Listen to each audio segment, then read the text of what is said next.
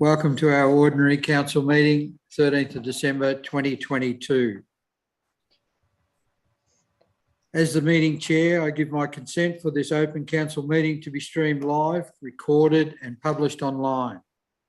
Anyone who is invited to read out a question or a presentation will be recorded, and their voice, image and comments will form part of the live stream and recording. The chair and or the CEO have the discretion and authority at any time to direct the termination or interruption of live streaming. Such direction will only be given in exceptional circumstances where deemed relevant. Circumstances may include instances where the content of debate is considered misleading, defamatory, or potentially inappropriate to be published.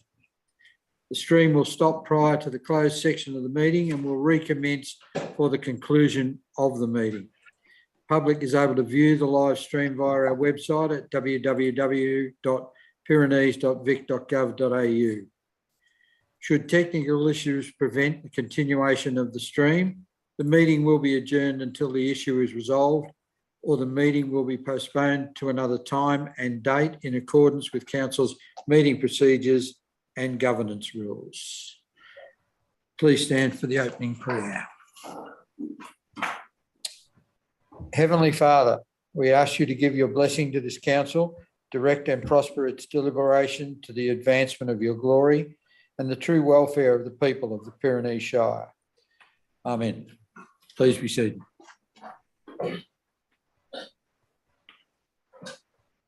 We acknowledge the people past and present of the Wadawurrung, Jar Jar Wurrung, Eastern Maar and Watchabollock tribes whose lands form the Pyrenees Shire.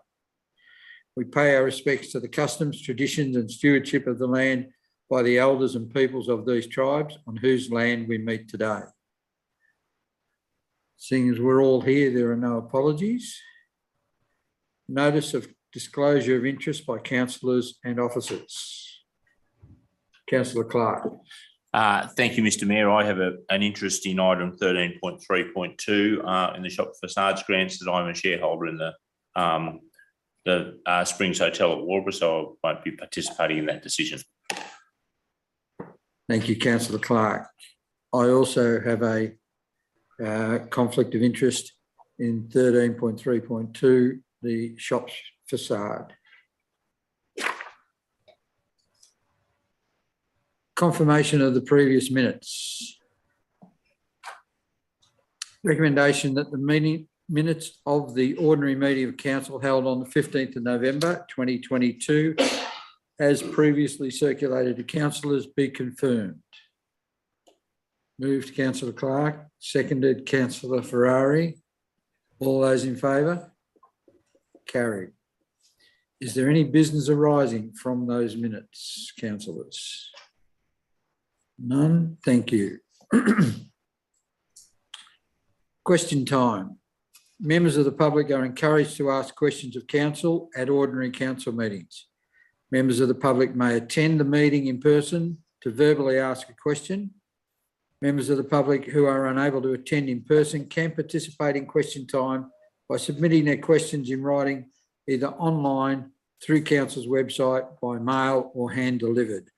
A person can ask a maximum of 2 questions at any one meeting on any topic, and the questions and responses shall not exceed 5 minutes. Questions are to be received by 12 noon on the day of the meeting.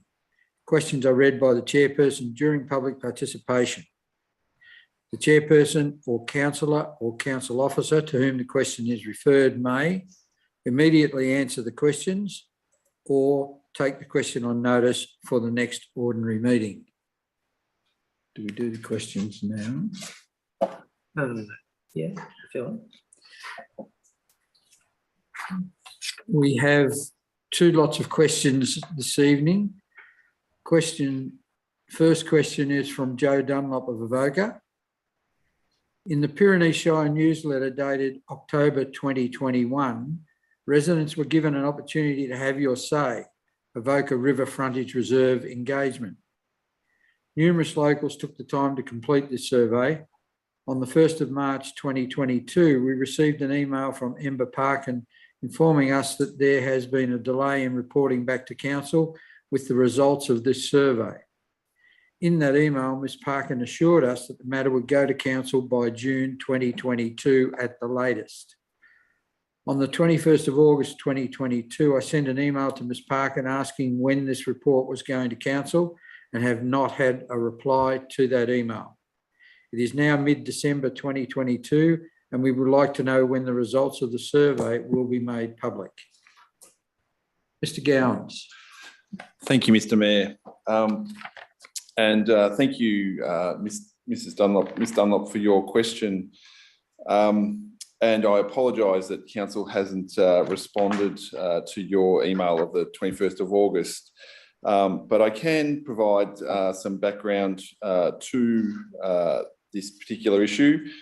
And the placemaking role that Ms Parkin was undertaking has been vacant since July this year.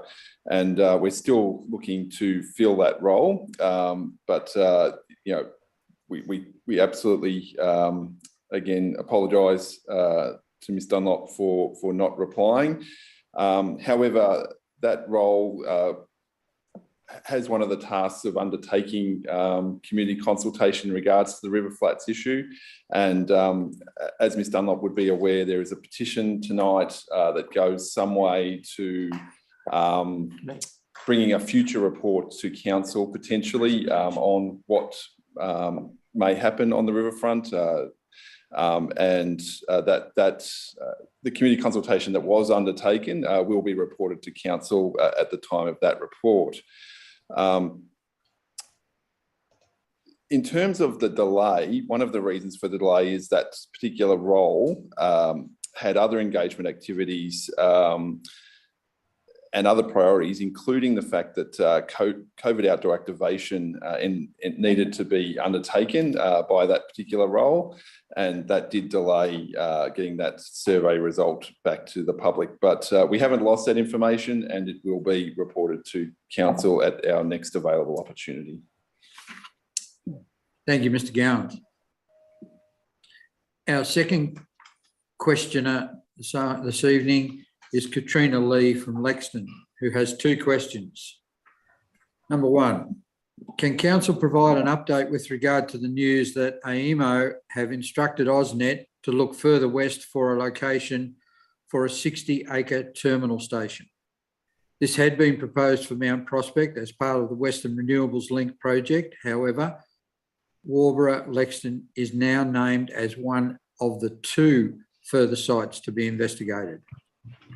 Does council have information on where exactly AusNet are considering in the Pyrenees Shire?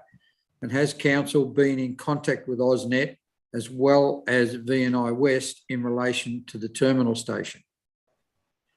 And the second question, how concerned are council about the possibility of not one 500 kV transmission lines, but two, if the V&I West link goes ahead, and how these two projects will impact the Shire from house and property values to tourism and the scenic value of Pyrenees as examples?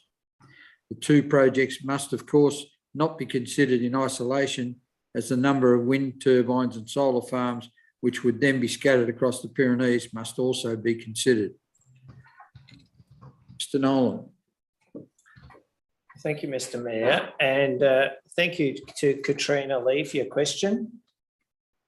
In respect of the first part, which has two questions in it, yes, council does have information in respect of a proposal by AEMO to look at sites west of the Hepburn site for a terminal station on the Western Renewable Link line. Council has been engaging with AEMO on the project.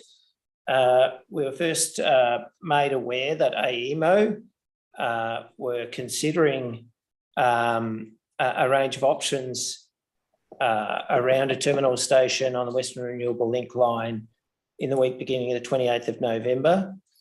And on the 1st of December, I wrote to the CEO of AEMO to seek an urgent briefing of council about what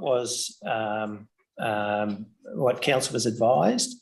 That briefing has since been held. Today, I can report that council has been briefed by a number of senior officers from AEMO who have provided information to council about the project, the process, and also about the proposal to engage more fully with the community into the future.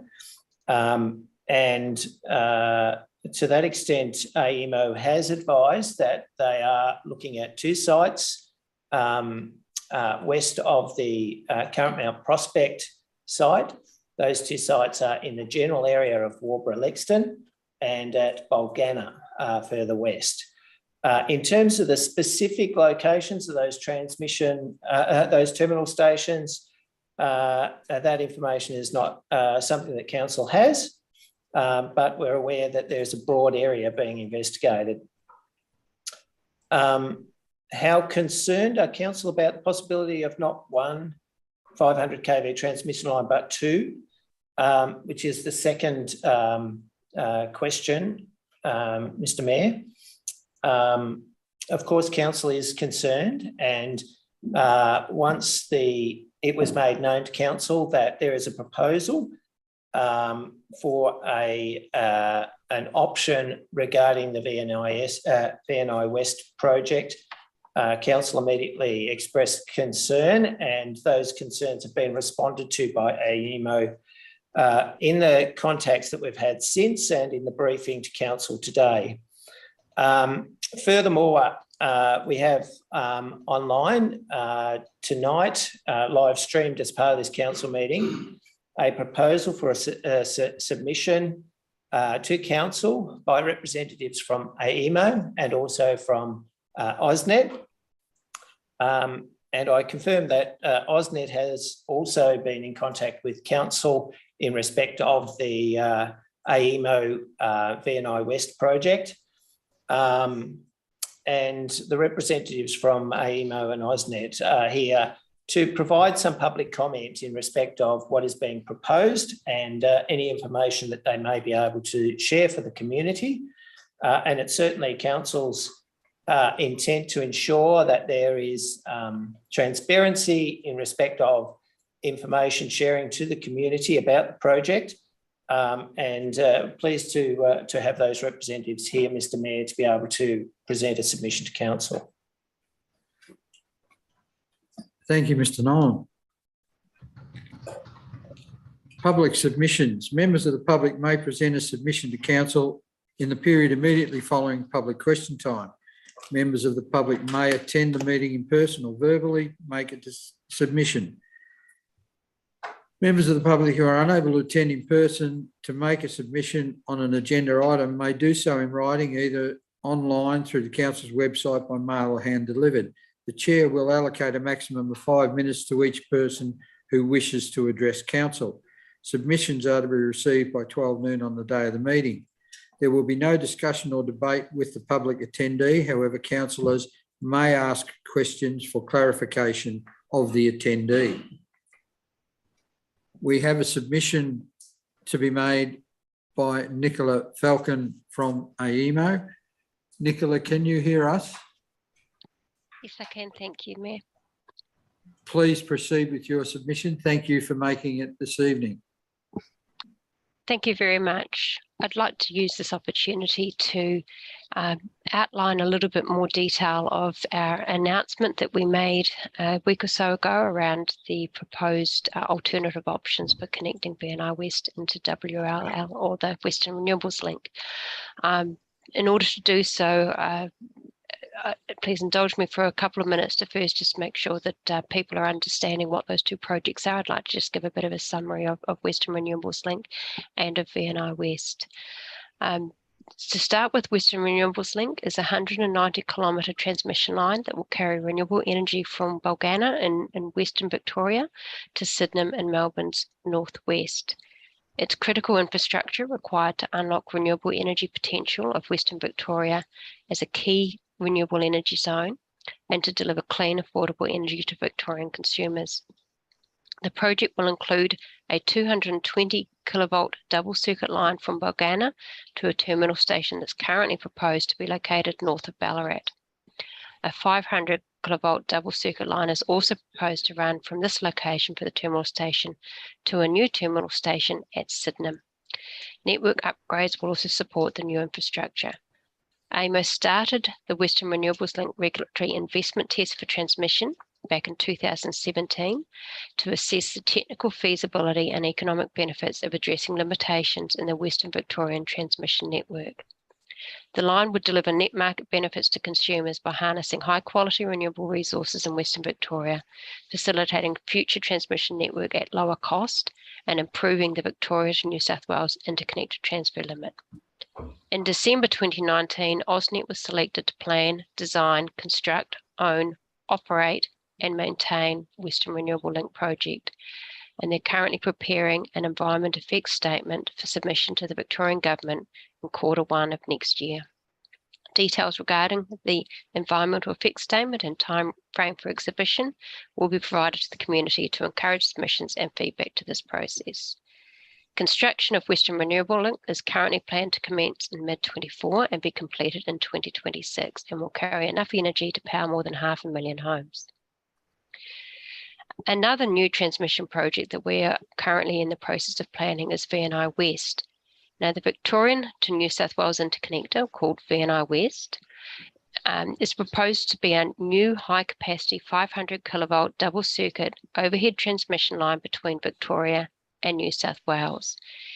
It's currently proposed to connect to the Western Renewables Link and also in New South Wales to Project Energy Connect via new stations near Bendigo and Kerang, and is currently estimated to cost $3.256 billion. Its importance as a bridge between clean renewable electricity generation and community ambitions to rapidly decarbonise the economy and reach government's emission reduction targets has been recognised by Commonwealth and state governments, as evidenced by recent announcements to provide support via the Rewiring the Nation calling for delivery by 2028. VNI West is currently in early project stage called the Regulatory Investment Test for Transmission, which is an economic cost-benefit test like a business case conducted early on a project to determine if the project stacks up. Through this process, overall benefits for VNI West mean energy users avoid paying more than necessary for their electricity. As part of this process, we are required to publish a project assessment draft report for consultation. We published this in July this year and received valuable feedback from communities around possible impacts of connecting the project into Western Renewables Link at the proposed location north of Ballarat, and likely challenges associated with competing land use between Bendigo and Ballarat. In response to this feedback, and as you may be aware, AEMO and Transgrid have jointly announced that we're investigating options to connect the Victoria to New South Wales interconnector with Western Renewables Link at a location further west than the current proposed terminal site north of Ballarat. Specifically, alternative locations for the terminal station are being considered at Bulgana and at the Warburg-Lexton area. In investigating alternate connection locations, our analysis will take into account technical, economic, social and environmental considerations. And as part of this reassessment, we will be consulting with communities, local governments and traditional owners in the area of interest. We will also be publishing an additional consultation report seeking formal feedback on the revised options analysis prior to concluding the regulatory investment test in early 2023. There are primarily three options being considered.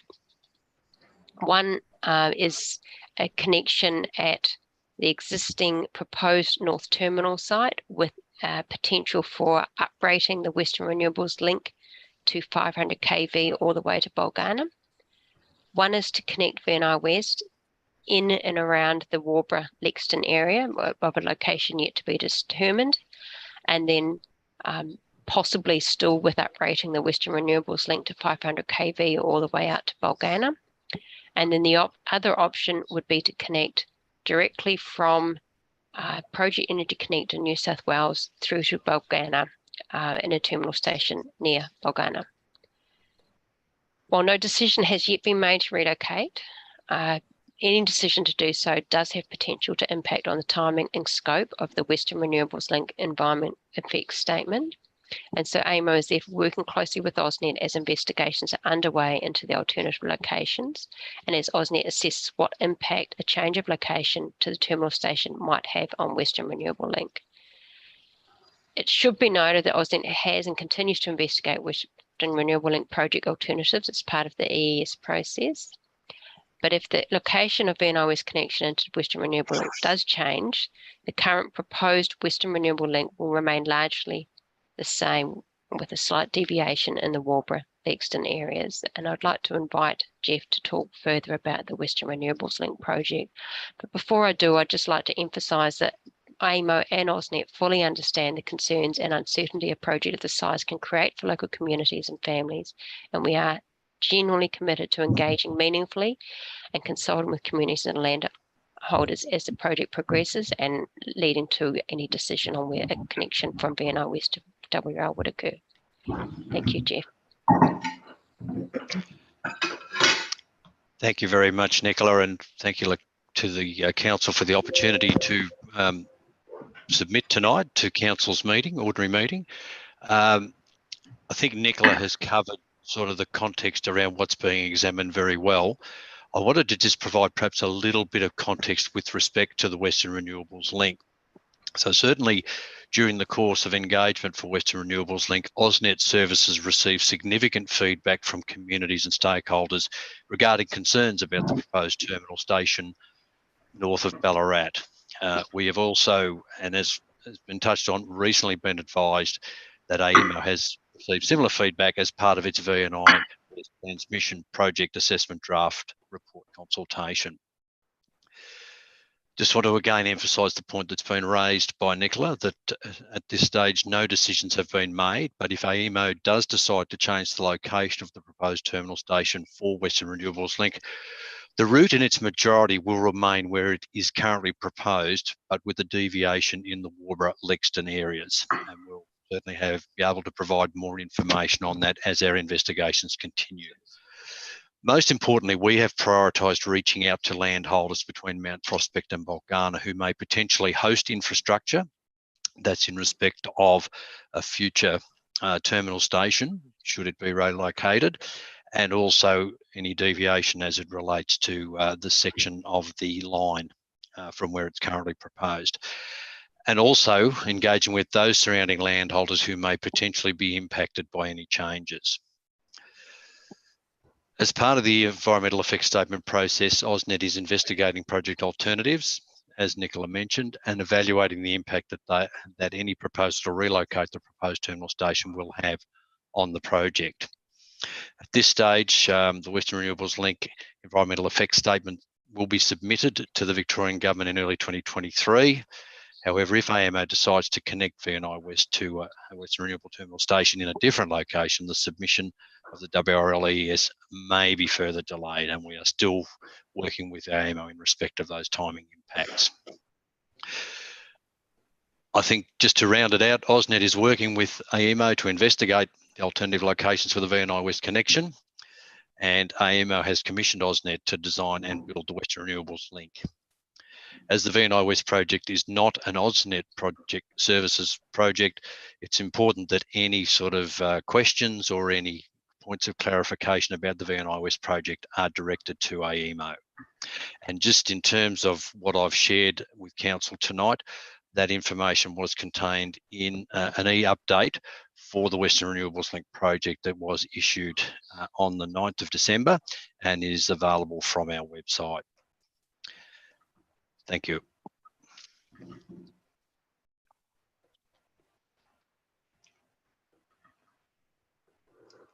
Thank you, Jeff. Thank you, Nicola. We appreciate your time this evening. Are there any questions? Councillor Clark. Jeff and Nicola, and just for the minutes, can we please note a disclosure from me that I am under the current route of the West Victorian, the Western Renewables Link as it's called now, and I'm sorry I wasn't aware of the submission before. I would have declared that earlier. Jeff, it's David Clark. Nice to see you again. Nicola, thank you as well for being here. Just one question that we understand. The Western Renewables Link will either be a 500 kV or a 220 kV, but it won't be both. Can you clarify that for us, please? there's only one power line. Chip, would you like me I to might do hand that that? one to you first, Nicola, just in the context of the system plan, but we can then perhaps talk about the implications of any change. Yeah, thank you.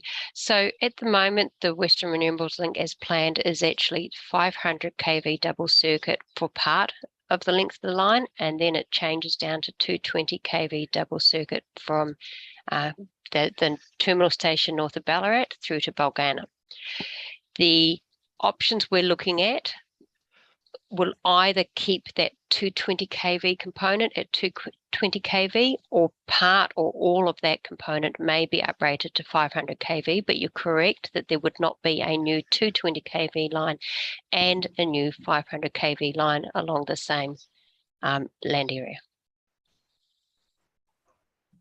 Thank you very much. Any further questions, John? Thank you both very much for presenting those submissions to ourselves and to the viewing public. We appreciate your time this evening. Thanks again. Thank you for the opportunity, Mr. Mayor. Thank you, Mr. Mayor. Councillors, moving on to item 10, items for noting. Are there any questions? Councillor Clark. Just one question, please, to Mr. Gowans in the planning and development report. I've noted there that we've been still registering pools. Mr. Gowans, can you just give me a quick general update on kind of where we're at with that overall pools compliance, please? Through you, Mr. Mayor, and thank you, Councillor Clark, for your question. Council has registered 157 pools within the Shire, and it's currently working with 3 that are yet to reach full compliance. So generally, we have worked with pool owners to get full compliance, and there's 3 that are yet to achieve that. Thank you. I think Ms. Bramwell, on the customer actions request, they seem to be on an upward trend at the moment. Is that because of flood damage? Thank you for the question, Mr. Mayor. Yes, it is almost entirely attributable to flood damage and concerns with floodwaters. Yes. Thank you very much. We have an officer recommendation that council notes this report. Do I have a mover? Moved Councillor Vance, seconded Councillor Keogh. All those in favour? Carried.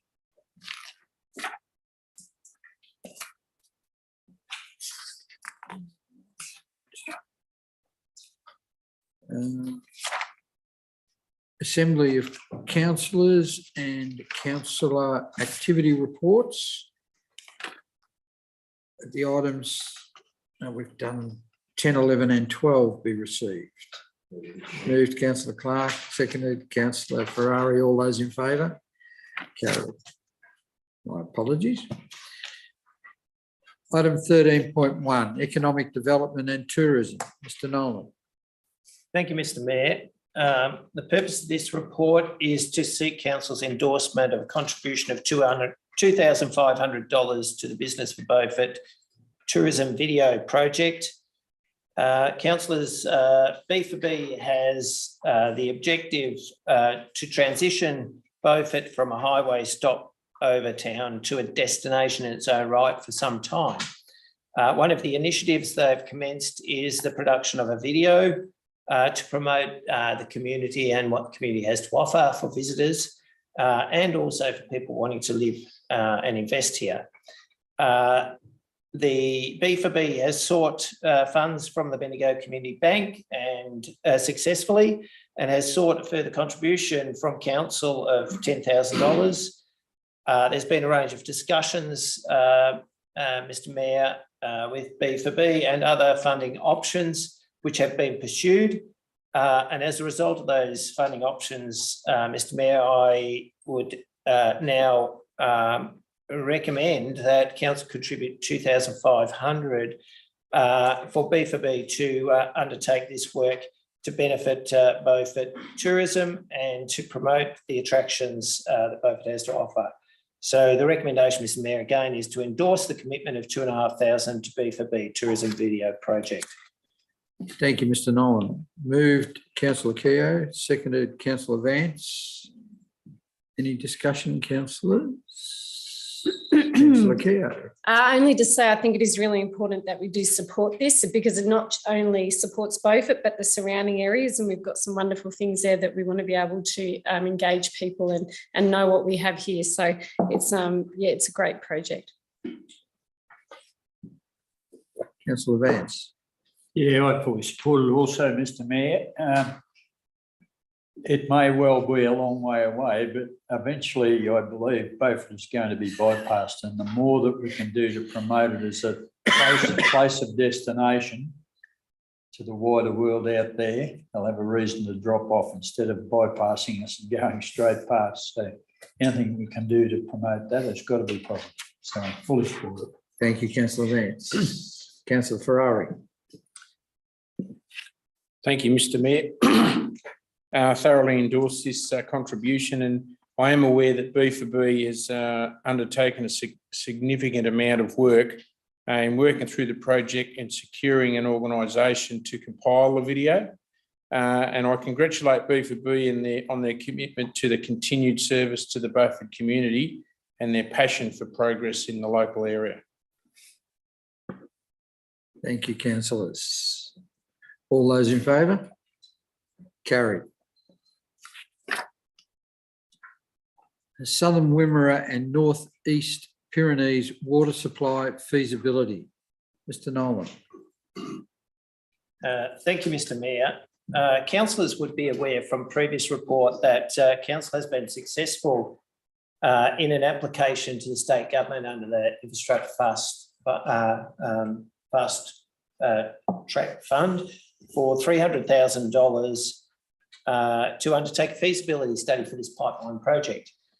It also requires $145,000 of in-kind and cash contributions from a range of stakeholders involved. It is a project that involves Northern Grampians, Pyrenees and Central Goldfields Shire councils.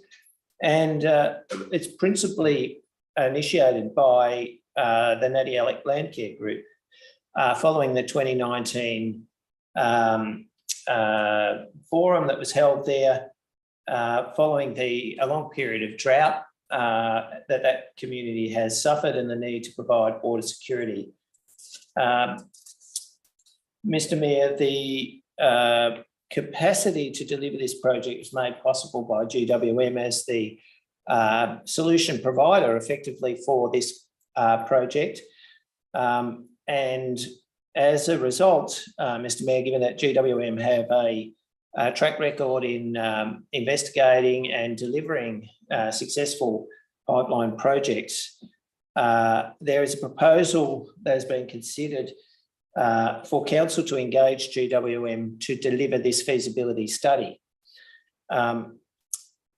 Our council's procurement policy, Mr Mayor, is quite a lengthy document and sets out the expectations around ensuring that the best value for our community is obtained when we procure goods and services.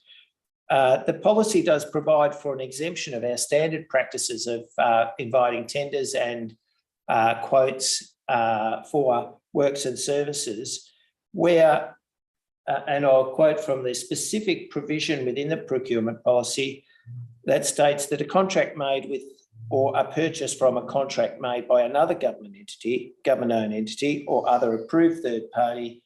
And this general exemption allows engagements with another government entity or government-owned entity to be able to undertake this work.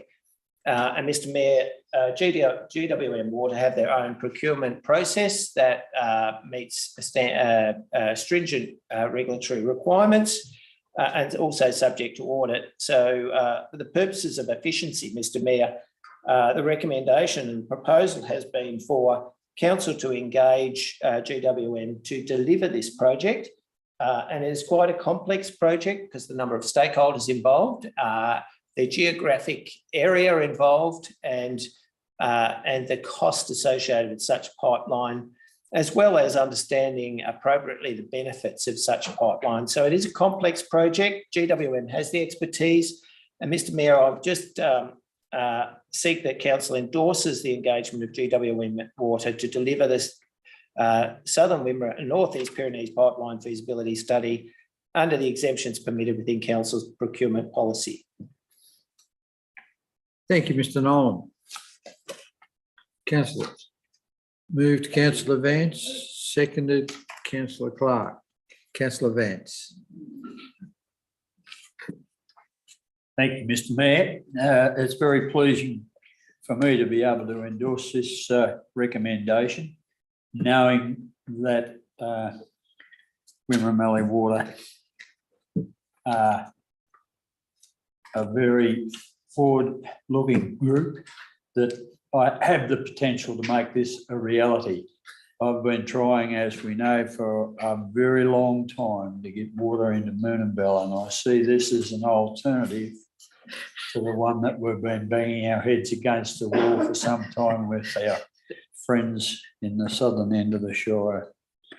So it gives me great pleasure. And also, I'd like to, whilst I'm on my feet, congratulate the Natty Alec Land Care Group for showing the initial initiative to get this project up and running. It will be a benefit not only to them, but a great deal of others throughout our Shire and Northern Grampians, and hopefully Central Goldfields as well. As I said, the Wimmera Water have the runs on the board. They put a pipeline from Stawell out to the Landsborough vineyard some years ago, and as a consequence of that, there were about 28 farms as well as the vineyards connected to that pipeline, which made them drought proof. So it's always a great asset. We know we can't go without water. I just noted a second or two ago it was falling on the roof to remind us. Thank you, Councillor Vance. Councillor Clark. Yeah, thank you, Mr Mayor. I just endorse Councillor Vance's remarks, and I think this kind of happened in the lead up to caretaker, and certainly I want to acknowledge the state government for recognising the value of this project and providing us with the feasibility study money. It's very important for us to be able to do this, and again, I certainly endorse that we pass this to Grampians Wimmera Water. They've got the expertise, they've delivered on a number of these projects now, and it's most appropriate that they actually manage that with council's support in the sense of things. Thank you, Mr Mayor. Thank you, Councillor Clark. Any further discussion, councillors? All those in favour? Carried. Economic development update. Mr Nolan. Thank you, Mr Mayor. And councillors, the purpose of this report is just to update council on some economic development and tourism activities over the past quarter. And I won't read all the detail here, Mr Mayor, but I'll just sort of highlight a couple of things. Firstly, flood recovery has been a front and centre issue for the economic development team, and that liaison with rural property owners who've been impacted by this event during October and November has been a priority, and certainly to ensure that farmers have access to the range of government grants that are available and the support that's being coordinated through both Blaze Aid and Landmate teams to assist property owners in their recovery efforts. Certainly from a project development perspective, we've talked about the pipeline project. The Beaufort Lake Caravan Park is another project that is currently seeking some attention following the successful grant council received of $500,000 to deliver a $1 million project at the Beaufort Caravan Park. And the Beaufort Linear Master Plan is a project that council has received $85,000 for the purpose of undertaking a planning exercise to connect the recreation facility at Goldfields Rec Reserve in Beaufort northwards towards Beg Street Park and beyond. So those projects have been getting a fair bit of attention, Mr Mayor, as well. From an industry perspective, the flood events have impacted on a number of our small businesses, and there's been a considerable amount of work by our tourism and economic development officers in liaising with our businesses that have been impacted, as well as our residents. The Central Highlands Visitor Economy Partnership, Mr. Mayor, is something that is under development, and Council will look to receive a further report on this in February in respect to a new regional tourism board and body to work towards a combined effort in attracting our visitors to our region. The timelines for this new tourism body to be established is the 30th of June 2023. And as I say, Mr. Mayor, a further report will come to Council on that matter. There's been a range of seasonal tourism marketing during the springtime. The Unplug and Unwind campaign is underway, and the Plan of Pyrenees has been a campaign that's being used for summertime. A number of industry strengthening workshops have been undertaken to assist businesses to develop their business. There's a significant number of events, Mr. Mayor, that are planned.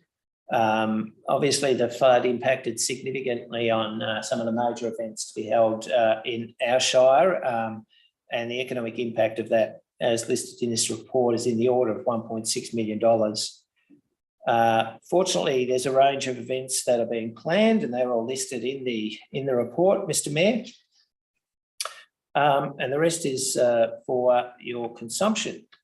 The recommendation, Council, is that Council notes the report and continues to explore funding options for an additional $1 million to complete the Beaufort Lake Caravan Park development. As I say, Mr. Mayor, the project that is being delivered at the moment is for a $1 million project, but the funding sought has been in the order of $2 million. So we'll continue to seek that funding. Thank you, Mr. Nolan.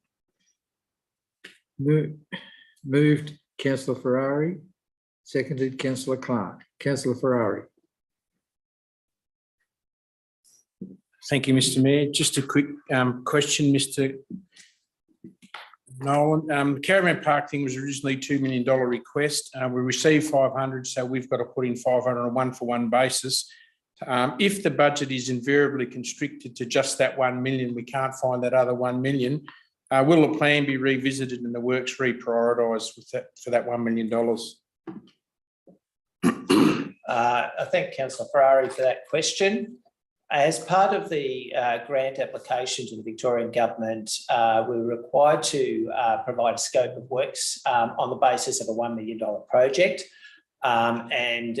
Essentially, the scope of that works will be as a priority to deliver cabins with some other associated infrastructure.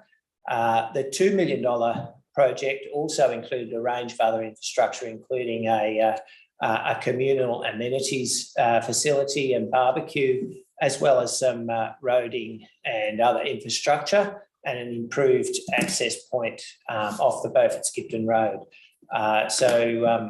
Councillor, we will be scoping that down to focus on principally those things that can be delivered within the financial constraints that we have, with a focus around the cabins that and the units that obviously are in demand, that can be provided with the infrastructure that we have. There'll be some additional infrastructure, but obviously within the limits. Thank you, Mr. Nolan. Councillor Clark. Yeah, thank you, Mr. Mayor. Just to note the CEO's comments around those events, we have lost a bit of opportunity, but it's good to see both community and our commercial businesses picking it up. There's pretty much an event every week for the next 3 months, which is really good to see and certainly to be encouraged. Thank you. Thank you, Councillor Clark. Any other? All those in favour? Carried. Petition, Lexington flood mitigation. Mr. Gowans. Thank you, Mr. Mayor. The purpose of this report is to provide Council with options for actions that Council may take in response to mitigating the flooding of the Lexington Township following receipt of a community petition. Council received the petition addressed to the North Central CMA, or Catchment Management Authority, in late October from residents of Lexington as a request for action in relation to the flooding of Lexington Township, including the Burnbank Creek. The petition was tabled at the November council meeting. The petition contained 68 signatures and was accompanied with a request for appropriate action to be taken to minimise the flooding of Lexington. Council has provided the petition to the North Central Catchment Management Authority, and they have provided Council with acknowledgement of receipt of the petition. The North Central CMA has referenced the Victorian Floodplain Management Strategy, where it states that LGAs are accountable for managing urban stormwater flood risk. LGAs are also, or local government authorities, are also accountable for leading the process to determine and implement new flood mitigation infrastructure through flood studies. As it is implied that Council has a lead responsibility in undertaking flood studies with associated flood mitigation investigations, Council will need to consider how it will prioritise and fund a full flood study investigation for the waterways that impact Lexington. Council undertook a preliminary flood study in 2018 for Lexington that identified properties that might be impacted in the modelled 1 in 100 year event or the 1% annual exceedance probability event. The extent of flooding experienced in the October and November events aligned very closely with the mapping of the preliminary flood study. Preliminary flood studies do not investigate mitigation actions or the various size floods that could occur. The community has identified that there are obstructions within Burnbank Creek that could be contributing to properties being inundated. Two of the issues identified include bridge obstructions and vegetation obstructions within the creek. A full flood study will be able to model how much the impact of flooding on residents may be mitigated through removal of bridge infrastructure and vegetation obstructions. Council has met with the State Emergency Service, who has committed to implementing a flood guide for Lexington. Pyrenees Council officers and the North Central Catchment Management Authority have agreed to meet to discuss flood mitigation actions this month. The flood impacts on Lexington are extensive and should be further investigated, including the modelling and mitigation actions to reduce impacts. Therefore, it's the officer recommendation that Council prioritises a funding application for a detailed flood study for Lexington, works with the appropriate agencies to investigate and implement flood mitigation actions, write to the authors of the petition and inform them of Council's proposed actions, and that Council receives a further update report on progress of the matters raised in the petition by the June 2023 Council meeting. Thank you, Mr. Gowans. Councillors. Moved Councillor Clark, seconded Councillor Keogh. Councillor Clark. Thank you, Mr. Mayor, and thank you for this report, Mr. Gowans. I think it's very timely that we've been able to respond within the month, and that's good. Just to look at both of those recommendations, particularly 1 and 2, there's no doubt that we do need a more detailed flood study, obviously, to work out whether there are some mitigation options. And I know when we had our community cuppa in Lexington, a few of the old people said there's not a lot you can damn well do. We're right at the bottom of the basin and there's 3 creeks that join. But I think that'll be an interesting conversation to have with the CMA about this as a suburban waterway, because I think there's a hell of a big catchment there that's creating the issue. It ain't the suburban waterway from my experience. The second one, though, is in terms of works, Mr. Gowans, are there some works that we can actually get on with before the flood study, please? Through you, Mr. Mayor, and thank you, Councillor Clark, for your question.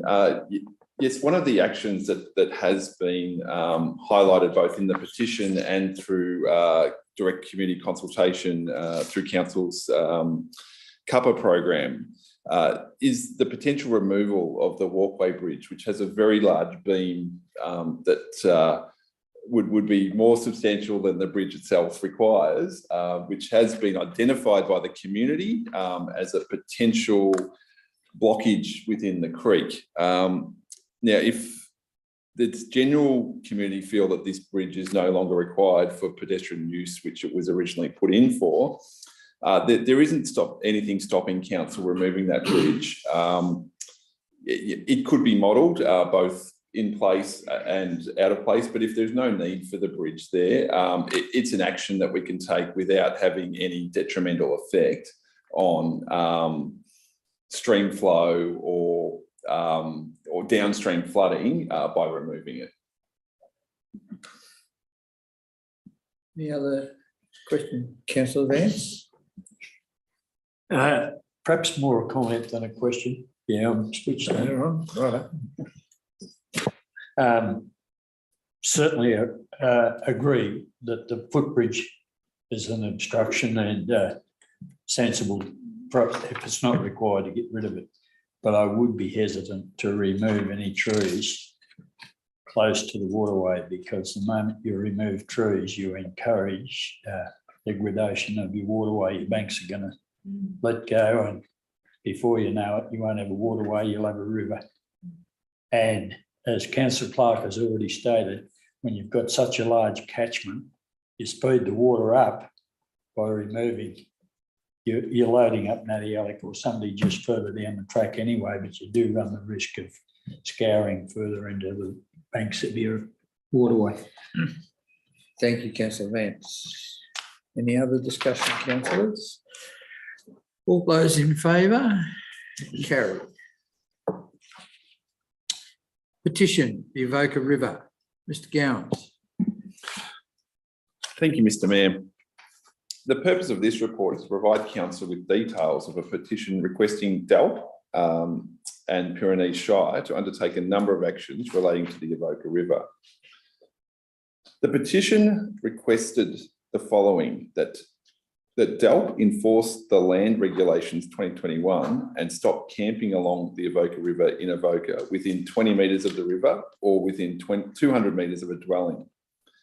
It also requested that DELP repair and restore the riparian zone along the Avoca River. The petition had two further points, in that the Pyrenees Shire investigate and select an alternative, more suitable site in Avoca to cater to the increasing numbers of RV campers seeking free camping. And the statement was that they must apply the same selection process that was applied when choosing a site in Beaufort, and those particular site selection issues are stated in the report. And also there was a request that Pyrenees Shire put a stop to camping at the Dundas Street Public Reserve, an area that has never been designated for camping.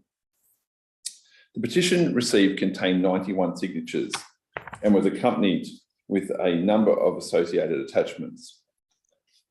Pyrenees Shire Council governance rules state that no motion may be made on any petition until the next council meeting after that, at which it has been presented, except for that the petition be received and the petition be referred to the relevant officer for consideration and response, or that the petition be referred to the relevant officer for a report to a future council meeting.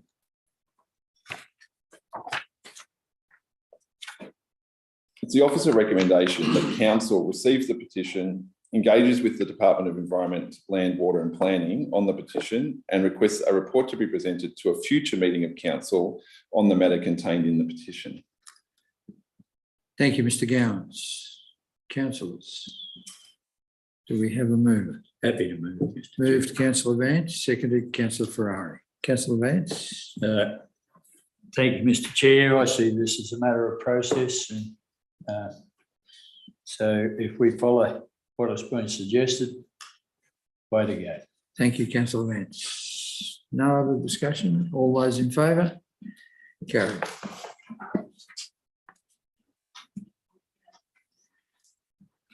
Future of aged care service delivery. Ms. Bramwell. Thank you, Mr.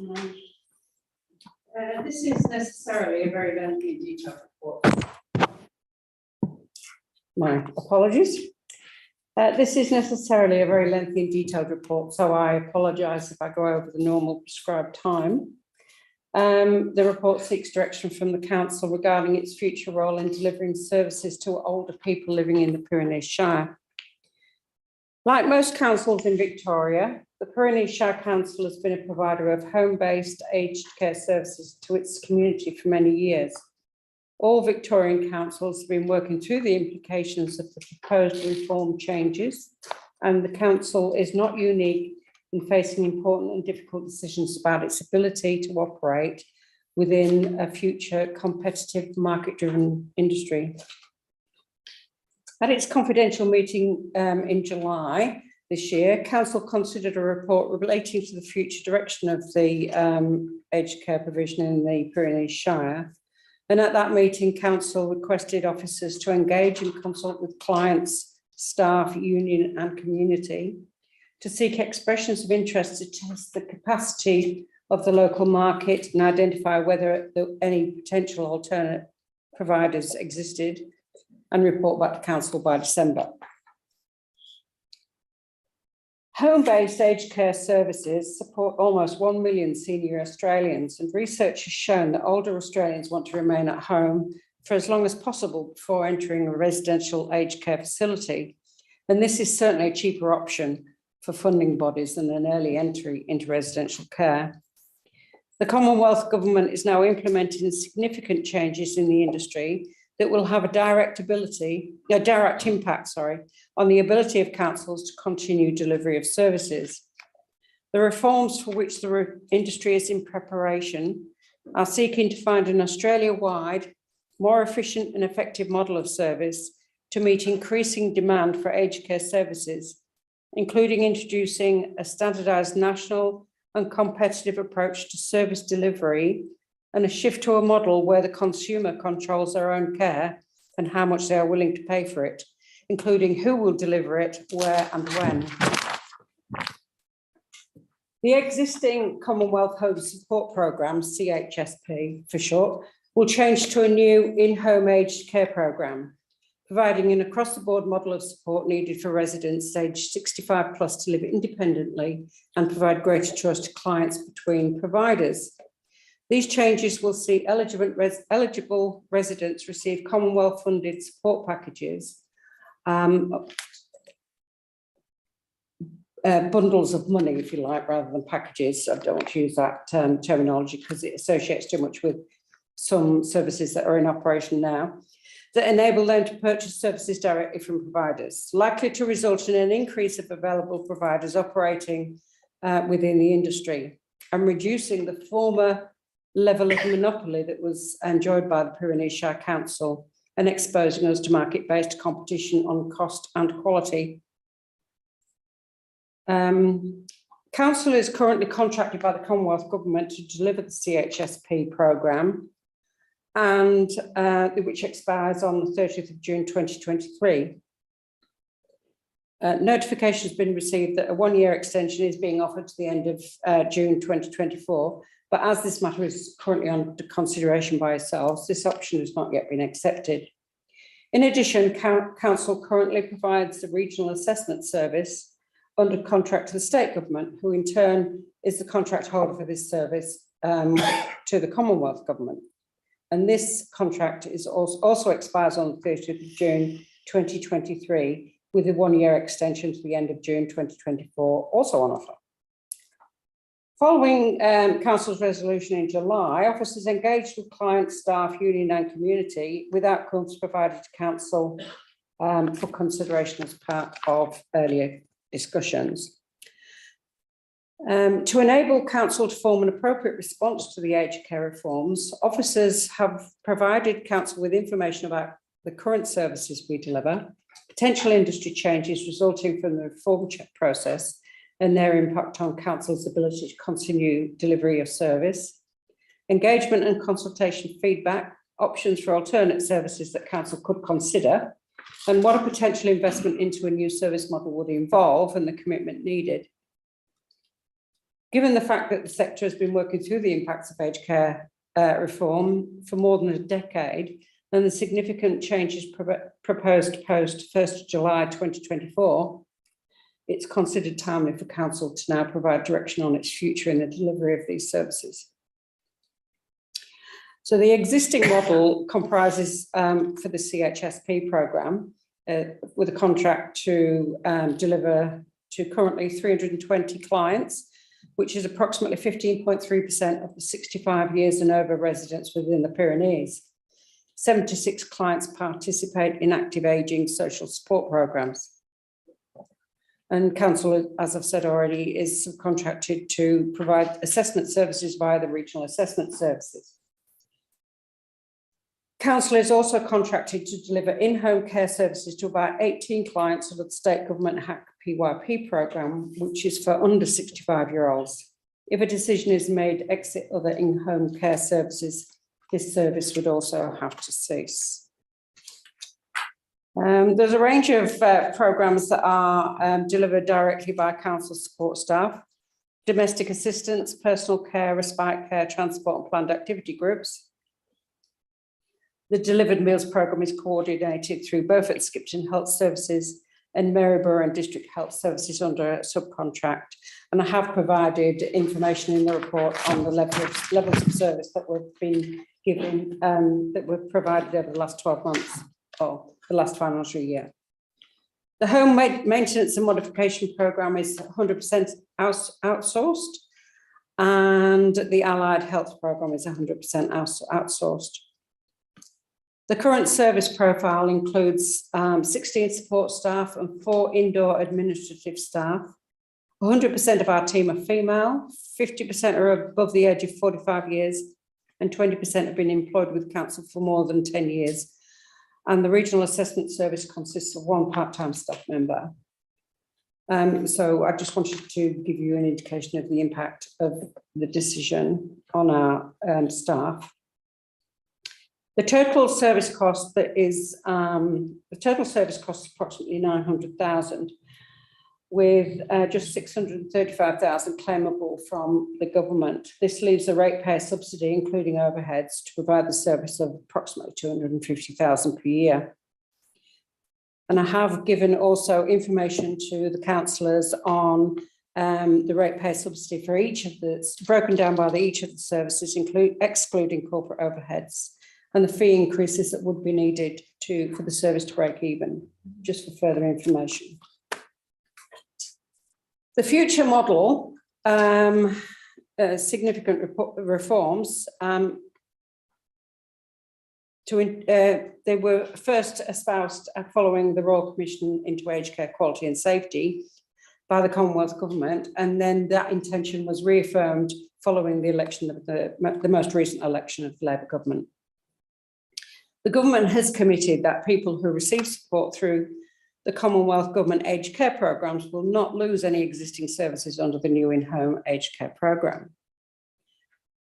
And I have provided both what our current programmes comprise of and a summary of the proposed model of in-home aged care for clients and for providers. And the model for providers at this moment in time, with the information we have, looks like it's going to be a mixed funding model for ongoing support based on activity-based funding paid in arrears for services delivered, the potential for supplementary grants as part of ongoing funding, e.g. for lean markets, that is like our market with a low number of clients, transport costs, social support groups, supported by client contributions, which are based on a capacity to pay, and then a separate funding model for goods, equipment, technology, home modification programmes.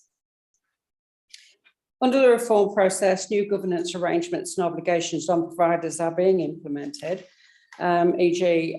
care from early next year, and a change in regulation to strengthen provider governance, which has been introduced from December but isn't applicable to CHSP programmes at the moment, but would be applicable to us if we stayed in the service in the future.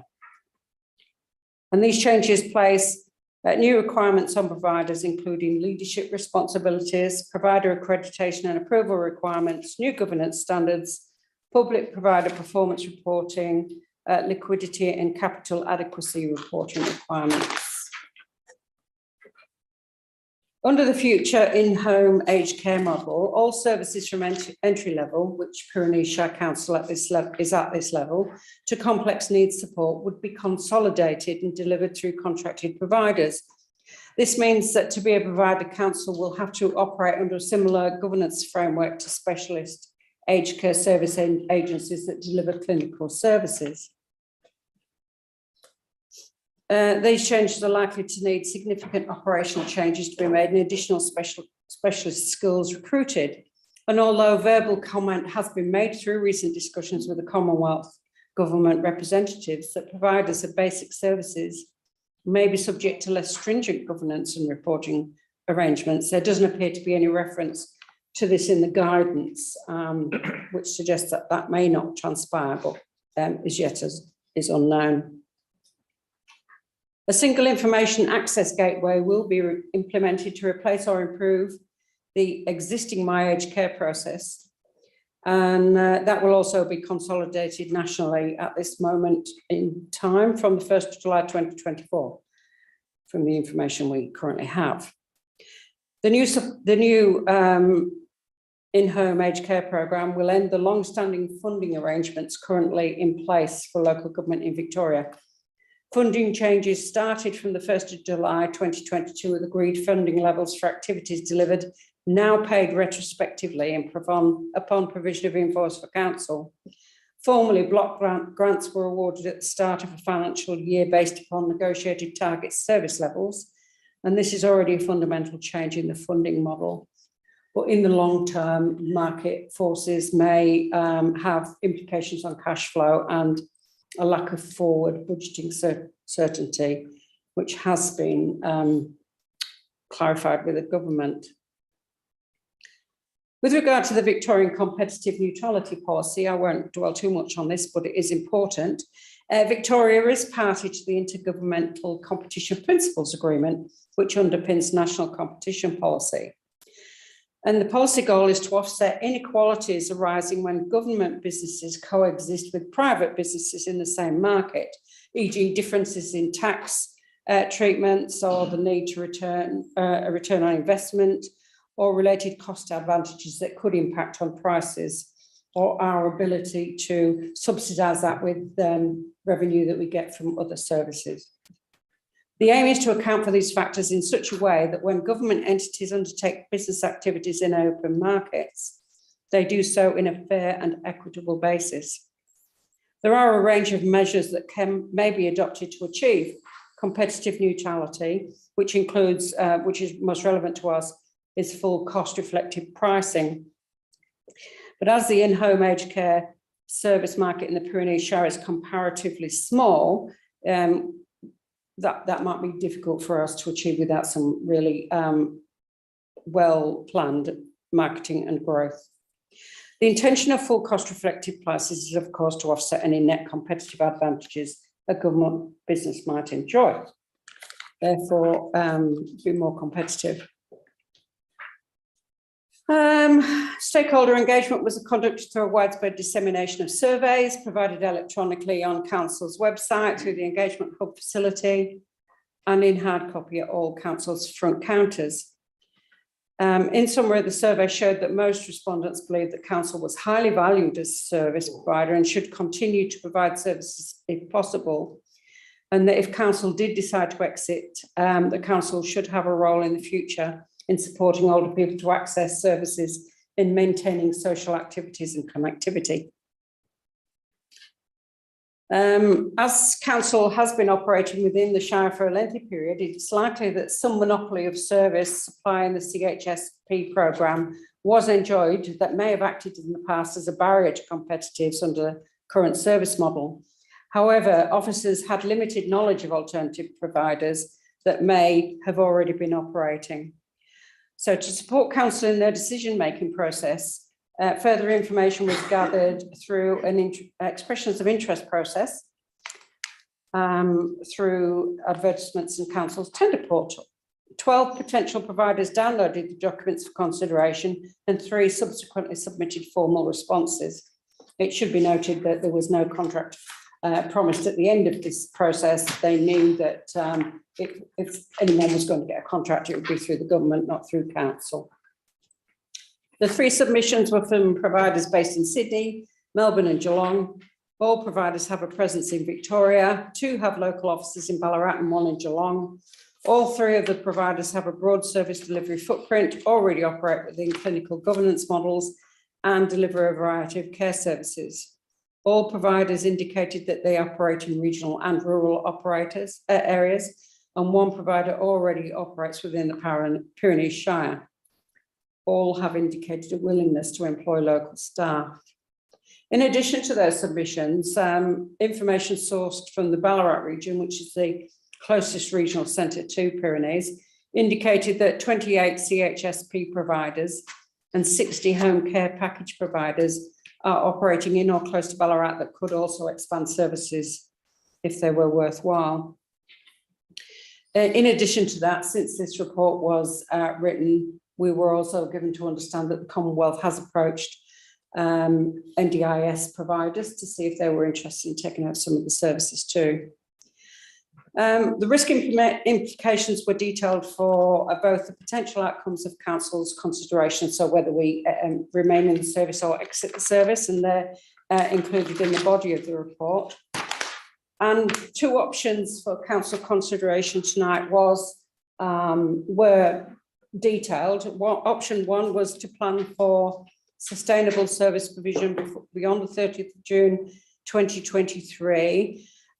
So to manage the risks involved with that option, which were detailed in the body of the report, the model under which the service currently operates would need significant analysis and review to ensure that long-term financial and governance sustainability could be achieved. And I've given some recommendations in that regard.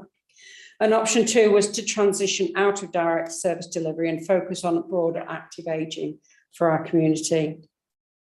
And I've again given some recommendations for the actions that we would have to undertake if that was the decision.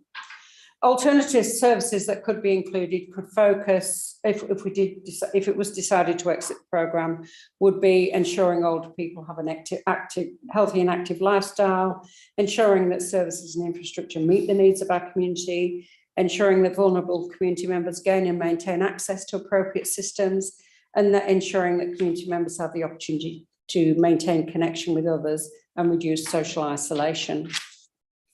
With the information we have at present, there's no option to remain in an assessment service post 30th of June 2024. So it is therefore recommended that Council resolves to extend the current contract to provide the service until the 30th of June 2024 and then exit that service in accordance with the government direction that we currently understand. As we know, this report has significant risk and financial implications for Council. The ongoing ratepayer subsidy will be unable to continue to subsidise the delivery of the aged care service once we are in an open and competitive market post July 2024, and Council will need to either implement a viable and sustainable long-term operating model or cease direct provision of the services. And the Officer recommendations is to provide direction on whether to go with option one or option 1A or option 1B. And I've also asked Council to consider extending the existing contract to deliver the regional assessment service to the 30th of June 2024. Thank you. Thank you, Ms Bramwell. I'd like to congratulate you on the thoroughness of the report. It has taken us quite a long while and a lot of meetings and discussions to get to this point, and I certainly appreciate the effort that the staff have put in to bring this report to us, as I appreciate the support of our staff in the service. It has not been without pride the amount of effort we know goes into providing this service to our customers. Councillors, any questions? Councillor Clark. Mr Mayor, thank you. I've got a couple, so I've got about 6. I'll see how I go getting further. My apologies. Ms Bramwell, just really, this is maybe a bit of confirmation. You've talked about the level of reform and what's happening in the sector, and it's a big ship. We understand the whole aged care system. We're just a small part of it. And I was on a seminar with the CEO, I think, and yourself a couple of weeks ago, ran by the ASU, where the government is making statements. But I suppose for me as a councillor, are you seeing anything of substance that would give us some sense that there is a change? And I suppose the words I would use as a councillor, is it not? Is it nice words and noises, or is it actually something of substance that we can actually hang on to, that there is potentially a change coming? Thank you, Councillor Clark. I don't think it's likely, and I should say, put a disclaimer that this is my interpretation of the discussions, and it's not statements that are made definitively by the government. I don't believe that the reforms are likely to be scaled back, because they're already implementing draft papers on the governance requirements and codes of conduct, etc. However, the government is showing signs of giving support to providers that may be finding it difficult to provide to be viable or financially sustainable in the short term. They're talking about grants maybe for transport costs, grants for social support level programs, and grants for providers in lean markets like the Pyrenees Shire, is where we have a very small amount of clients or a small client base that doesn't allow us to have the economies of scale that spreads the overheads. But what they did indicate in a I think it might be, I don't think it was the same one, the form that you were referring to, but one that the CEO and I attended last week, or they did indicate that there was an expectation that even though they would give those grants initially, maybe for a period of 2 to 5 years, the expectation would be at the end of that period that we would have developed a viable model. So, although I don't think the reforms will scale back, there will be some initial support given for people to be able to become viable, if that's possible. Thank you. Thank you, Ms. Bremel. I apologise for kind of putting you a bit on the spot in this context. In terms of our current service offering, and I think we discussed this right back probably 2 years ago when we first talked about this, there's nothing else logically that we can do easily that fits and builds our service, is there? Thank you, Councillor Clark. We can grow the service, so we actually could actively market and grow our client base, and I think that would be the only way we would become long-term financially sustainable. The model appears to be that the future model appears to be that the people delivering the service would be delivering that service directly to the client. So there's no way that we could look at brokering services. For instance, if somebody wanted their home maintenance, for instance, Jim's Mowing might be a provider, but they would provide that service directly to the client. It wouldn't be for council to arrange that service on behalf of the client. There is some facility for them to have care support who would direct them in the direction of the right providers, but the client would be doing it. So I'm not sure whether there is anything else we can do, or the services that we could provide, when we could always expand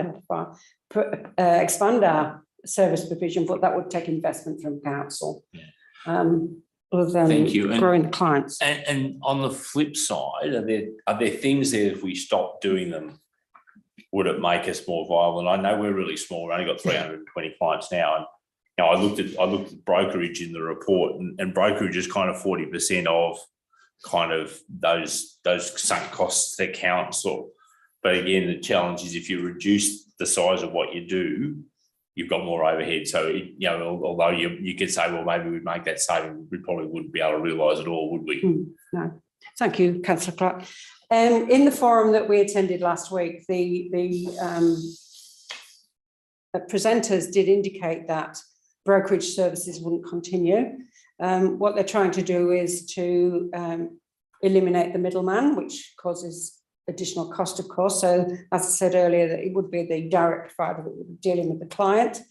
So that kind of service would, I don't think, would be available in the future, although there possibly would be some contractors. So I'm not quite sure how that would work. If council decided to defer its decision for 12 months, I think that the main focus of that 12 months would be to see if we could deliver a viable model, and that would include looking at different ways of administering the service, different ways of actually delivering the service. It may be that, and these are just examples, just quick examples, I wrote them down.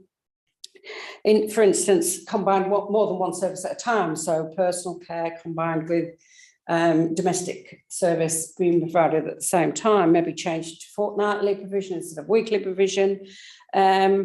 There has been some talk about a change to, I was listening on the radio this morning, a change to salaried employment rather than a payment for hours of service, which could mean that you could use some support staff partly as delivery of the service and partly as administrative staff. So there are things that we possibly could look at to make it a more competitive service. But I don't think that, again, I think we would still need the growth in market share to become properly viable. Thank you. Just one more, if I could, please, Mr. Mayor. Obviously, we've got to make a decision today, and that decision is for implementation on the 1st of July 2023. If the federal government actually does change its mind and actually makes the thing more viable for us, and I'm not sure what that means, whether it's an increase in the unit rate, whether it's a grant for us working in a lean market, whether it's back to block funding, or whether it's a combination of all three. If they made an announcement like that in February or March of next year, Ms. Bramwell, would we still have capacity to reconsider our decision potentially? Thank you, Councillor Clark.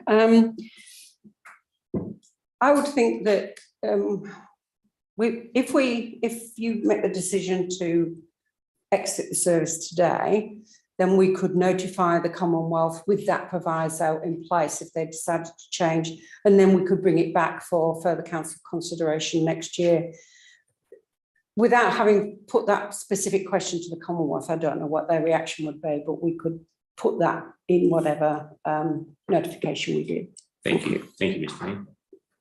Councillor Ferrari. Thank you for stealing one of my questions, Councillor Clark, but anyway. Only one. Yeah, only one, yeah.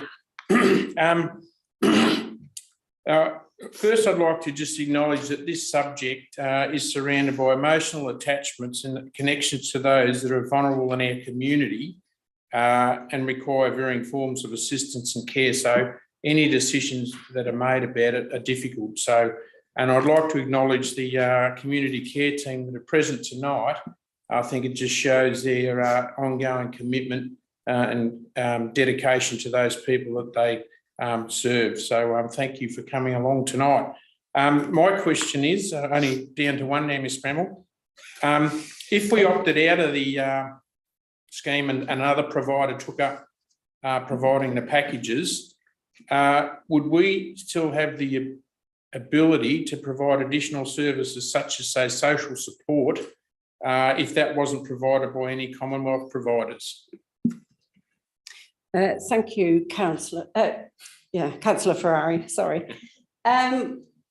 We wouldn't be funded for anything, so we wouldn't get any money back if we wanted to provide additional services. But I think it would be important as part of our community wellbeing suite of offerings to include the social connectivity services, but it would be at our cost, and we would have to include that as part of our forward budgeting.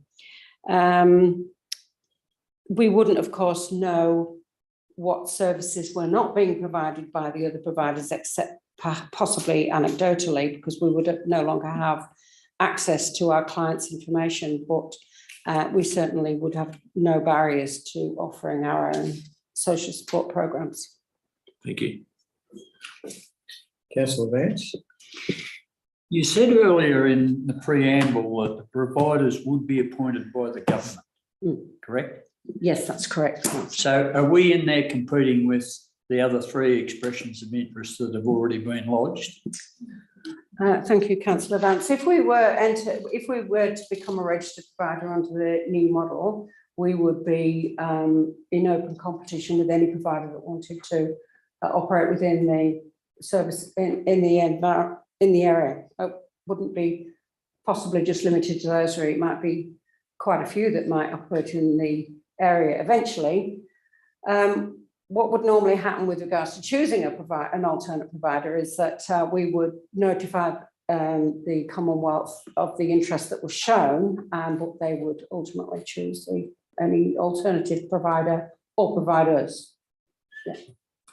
So I guess, Mr. Mayor, the reasoning behind my questioning is, even if we decide to stay in, are we guaranteed to be the providers? Are we in an open competition just because we choose to stay in there, or are we guaranteed as the providers because we've been in this situation and we wish to stay there? Are we guaranteed? That's the question I need to have answered. Yeah, thank you, Councillor Vance, for your question. No, we wouldn't be guaranteed anything. It would be entirely the choice of the client as to who they went with as their provider for particular services. I could see that we would probably retain our current client base for a while. It depends on whether we maintained our competitiveness for price and quality in the future, or whether they got better deals. But we would probably retain them in the early days. But that's the uncertainty of an open market. There's no certainty of funding, no certainty of being able to budget. But that's what the competitive private market's like. Yeah, thank you. Councillor Keogh. Thank you, Mr. Mayor. As the other councillors have alluded to, this has been, an incredibly distressing sort of item to be looking at, because this is involving our most vulnerable people of our community. And as it's also been alluded to, we have probably the best home community care team in the world, if not definitely in Australia, and we know that from comments that we get from clients and the breadth of what you do, because it's not in a box. There's so many ways that you've helped so many people. And Claire, you outlined that so succinctly when we met, and the connection that you have with those clients, and you just can't match that. You just really can't match that. And we've tried to look at ways of wrangling funds and seeking government support and trying every means possible to make this, to be able to adequately continue that sort of service. And it's just weighing so heavily that it seems to be, hurdle after hurdle to be able to do that, to be able to support the most vulnerable in our community. Like, gosh, it is very much, I would like to be able to continue it to see where we're going to go to. But I also understand that to do that would be very difficult. I mean, we definitely need a change of heart, and also that it could be, impossible to recoup those funds. But again, it's just, the capacity to be able to do that, is really here now. Councillor Keogh, have you a question? And I do, sorry, just after that comment. But my question would be, because of that, because it's seemingly maybe out of our hands, do we still have the opportunity to advocate for our clients if they're not receiving the care and the support that they need as a provider and as a local government organisation? Thank you, Councillor Keogh. I think it's quite firmly in council's remit to advocate on behalf of its community, no matter what subject matter.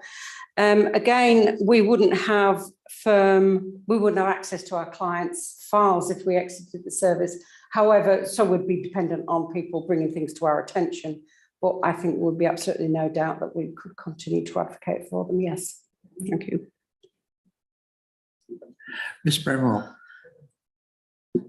as someone who's sat in this room on many occasions discussing this subject, discussing our staff and discussing moves by the federal government,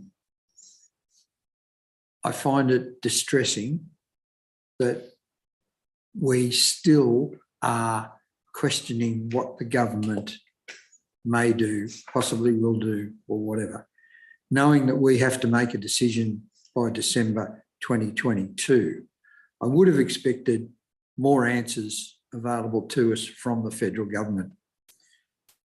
You've sat in more meetings, you've sat in forums.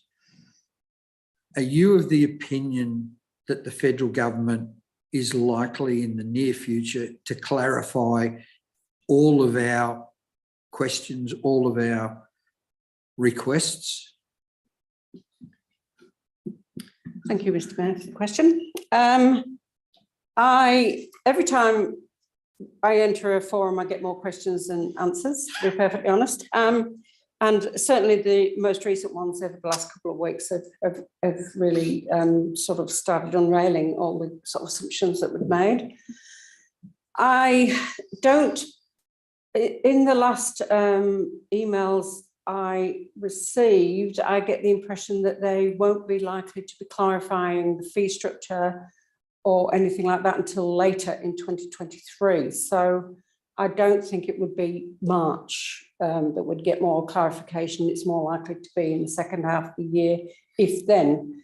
I mean, the amount of times they've actually put back the date, it wouldn't be entirely out of the realms of possibility to put it back again. So I can't answer your question definitively. I don't think it's likely to be earlier rather than later. Sorry. Thank you. Thank you, Ms. Bramwell. You're probably one of the best ones in the room to give us an indication, and I appreciate your efforts. Thank you. Councillors, we have a motion. Is there any further questions or discussion? No. But you don't have a motion, Mr. Mayor. We have a motion before us. Is anyone a recommendation? Sorry. We have an officer recommendation. Is anyone prepared to move a recommendation?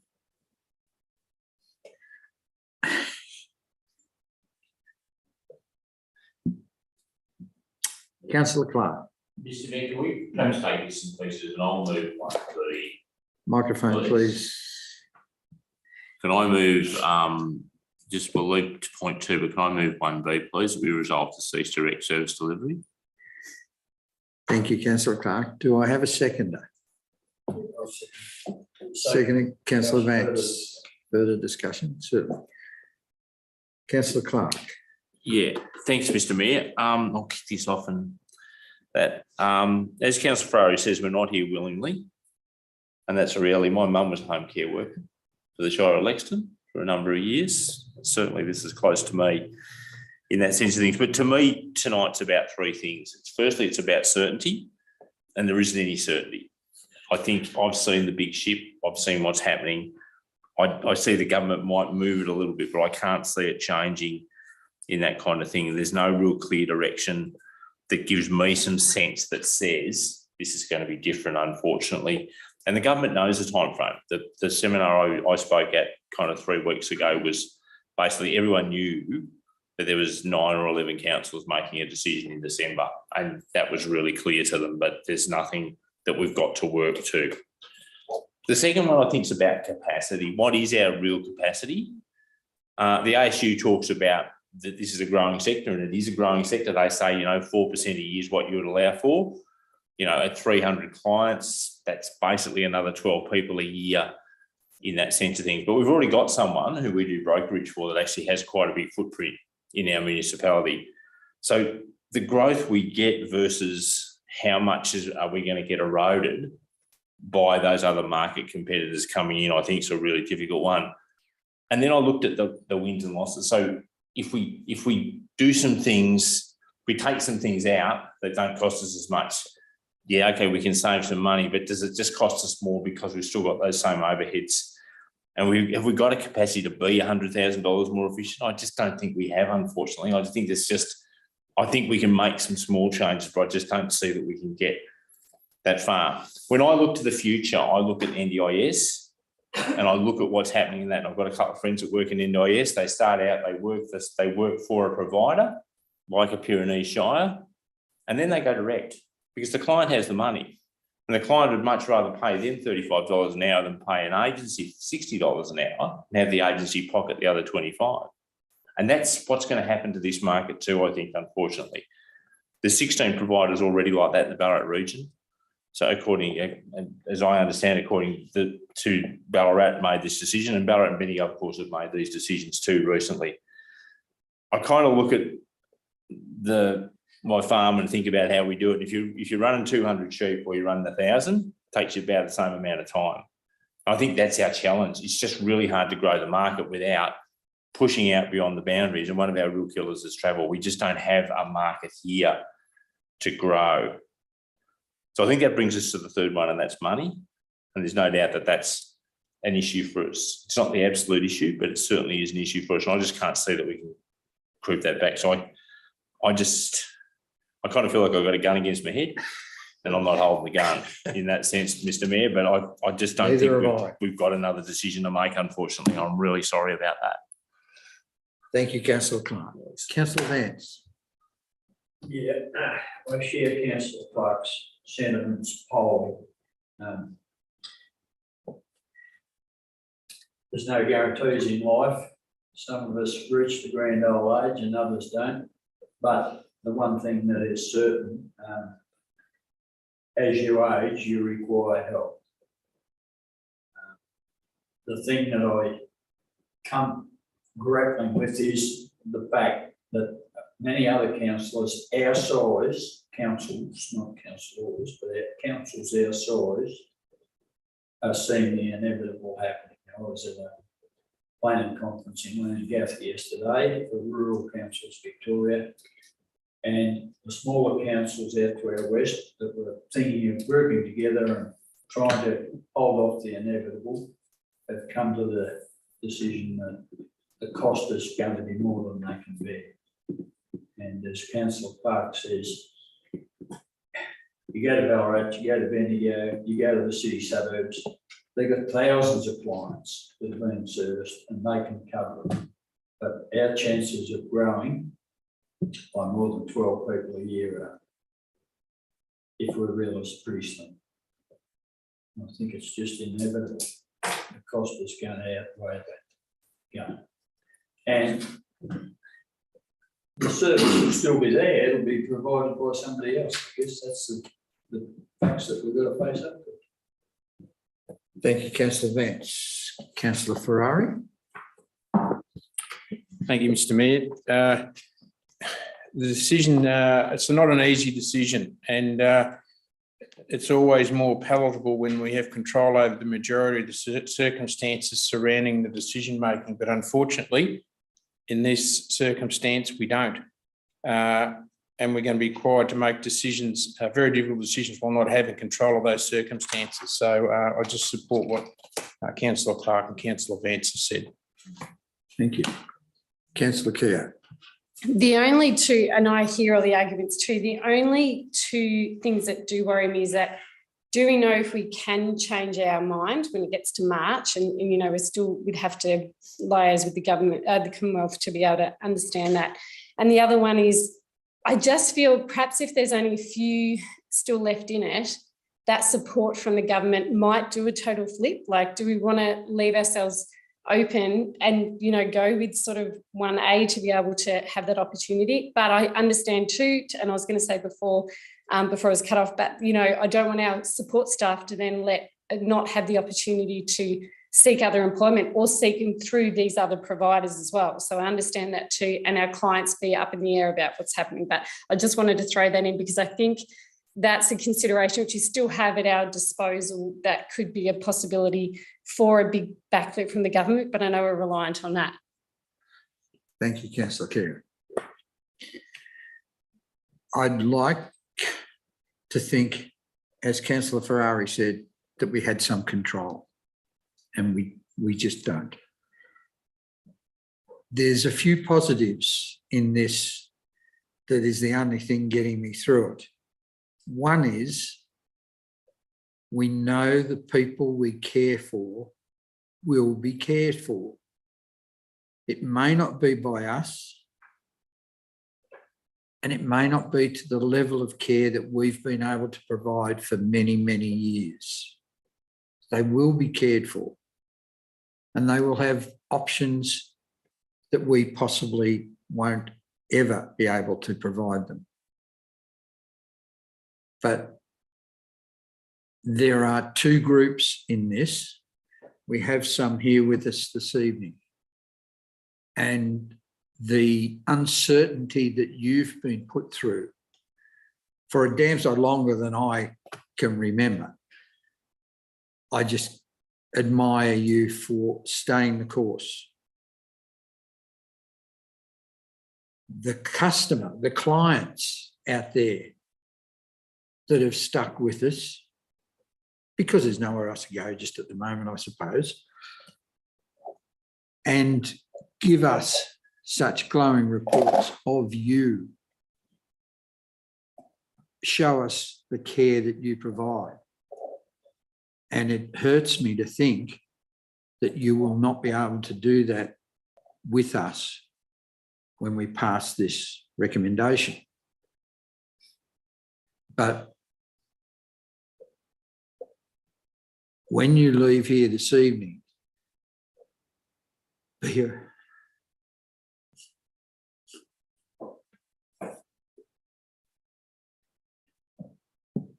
be aware of the thanks of everyone at this table.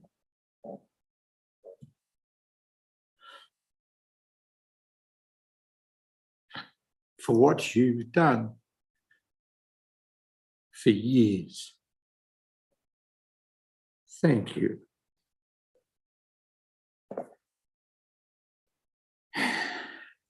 So, councillors, we have a recommendation for item 1B. All those in favour? Those against? The item is carried. We now have item 2, to extend the existing contract to deliver the regional assessment service to 30th of June 2024, and then to cease delivery of that service in accordance with government directions. Mr. Mayor, just before we do, can I seek some advice from the CEO or Ms Bramwell about our discussion about whether, if the government did change the game, do we need a resolution from council that we would consider that matter, or is that something that we could simply do if that happened? Or do you need a resolution from council to follow this one up?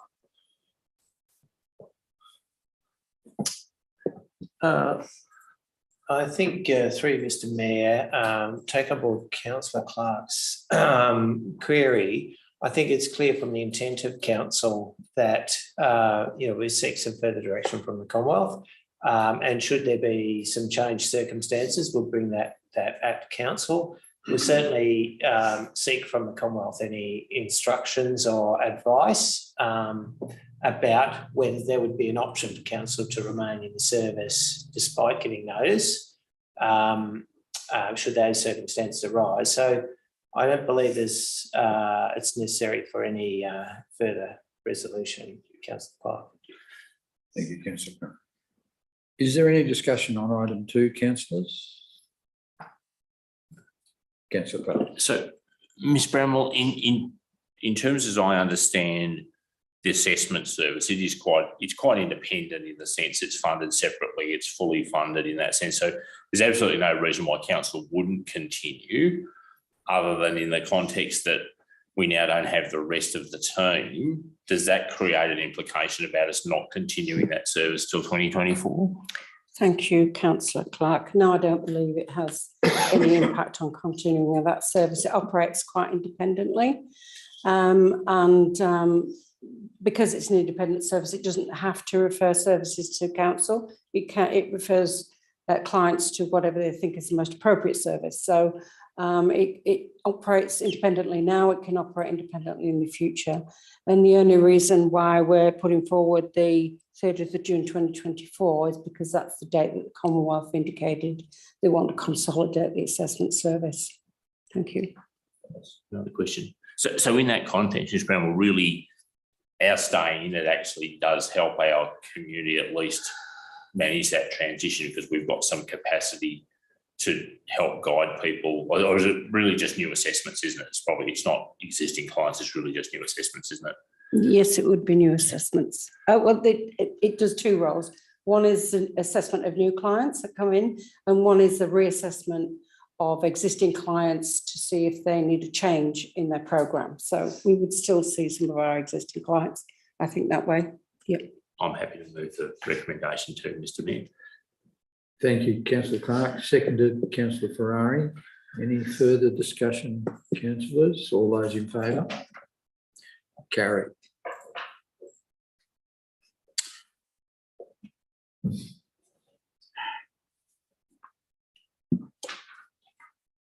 I'm just taking a breath.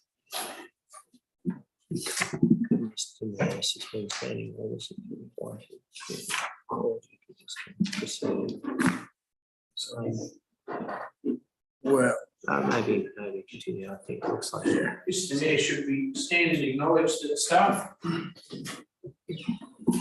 staff, thank you very much. I know it's not a happy event.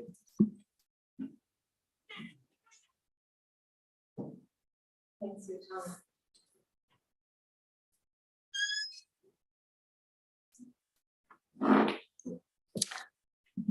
I feel very disloyal to the team, but We all do. yeah, apologies. Okay.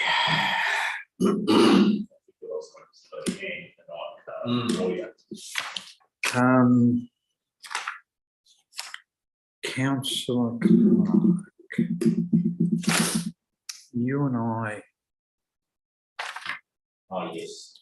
So, Mr. Mayor, if you like, you could move a motion for this matter to be considered in two parts, A and B, with part B being the facade program.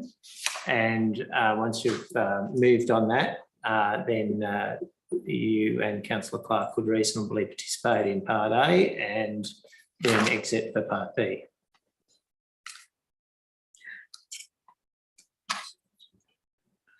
I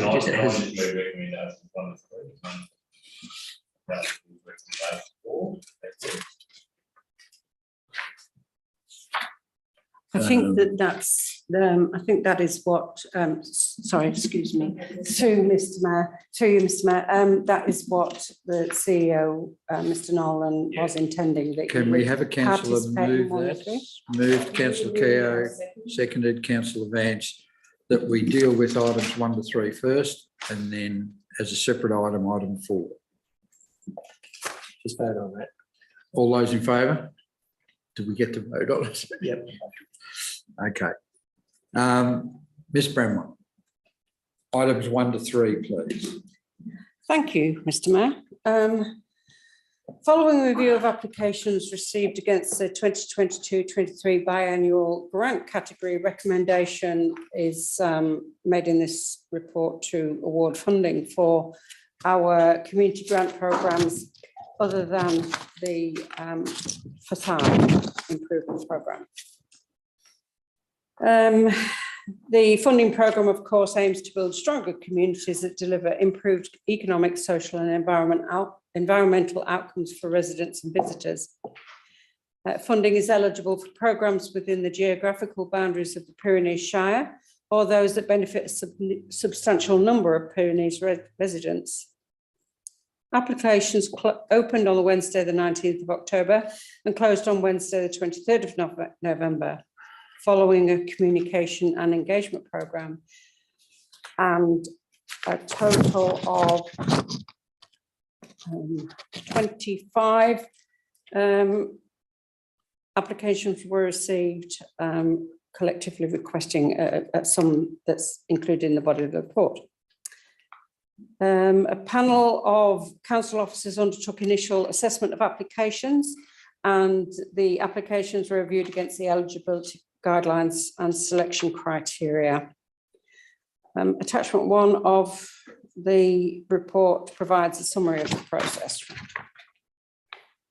Okay, so table 1 provides a summary of the amount of funding made available, recommended amounts, and what is remained for the second amount of funding. So for the minor capital, for the grants programme, 33,000 was available, and it's recommended to fund just over 14,000. For the minor capital and equipment, 43,000 was available, and it's recommended to fund just over that 43,000. So that would be, that part of the funding programme would be fully expended. And for the events programme, available funding was 28,400, and it's recommended to allocate just over 5,000. So the officer's recommendation that council awards biannual programme grants in three categories: capital works and equipment for 11 applications. I can name them if you want me to, but otherwise I'll take them as read. 8 applications for community programs and 3 applications for event sponsorship. Thank you. Thank you, Ms Bramwell.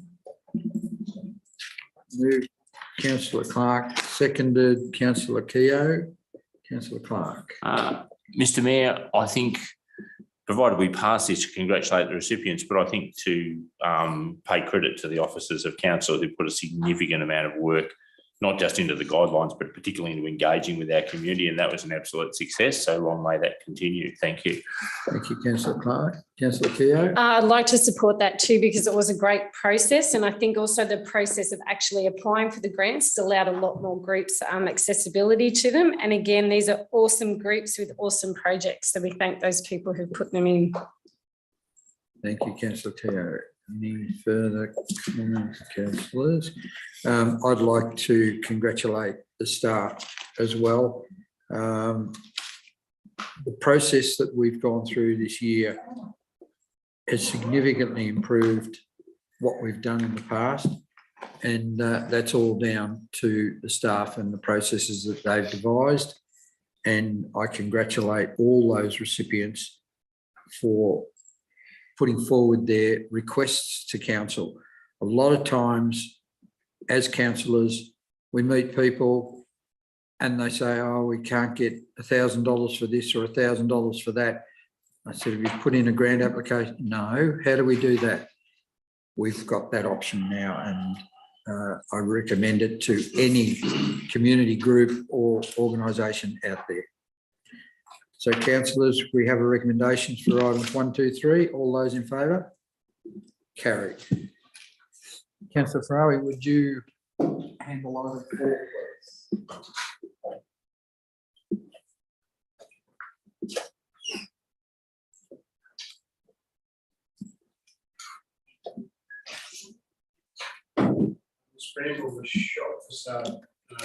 please?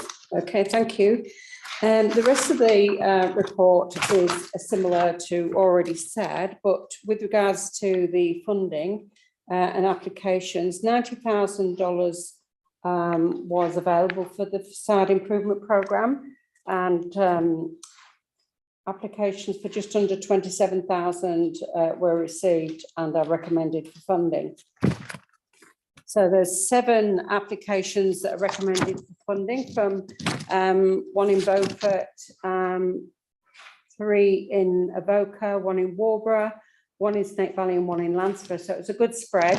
And we do think the officers would like to just make the comment that we do think that that programme will expand once they see other people taking advantage of the programme.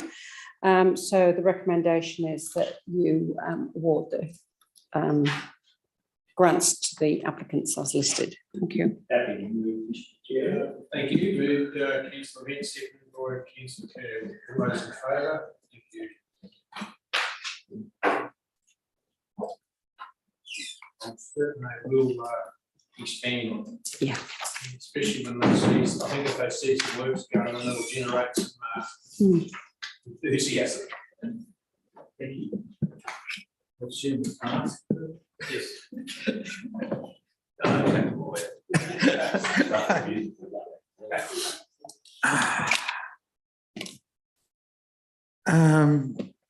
Yes. Council meeting schedule, Mr. Nolan.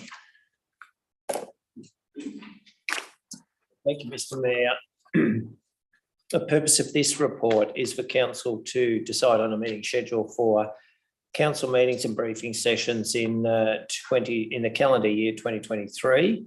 A copy has been circulated as an attachment to this report, Mr. Mayor, and the recommendation there is that council adopts the meeting schedule as attached to this report and gives public notice in accordance with council's policy governance rules 2020 of the proposed meeting dates. And Mr. Mayor, I just note that it does also include provision for monthly cuppers in the various locations. We need a cuppa now. Thank you, Mr. Nolan. Councillors, we have a recommendation. Moved Councillor Ferrari, seconded Councillor Keogh. Councillor Ferrari, no discussion. Councillor Keogh, no discussion.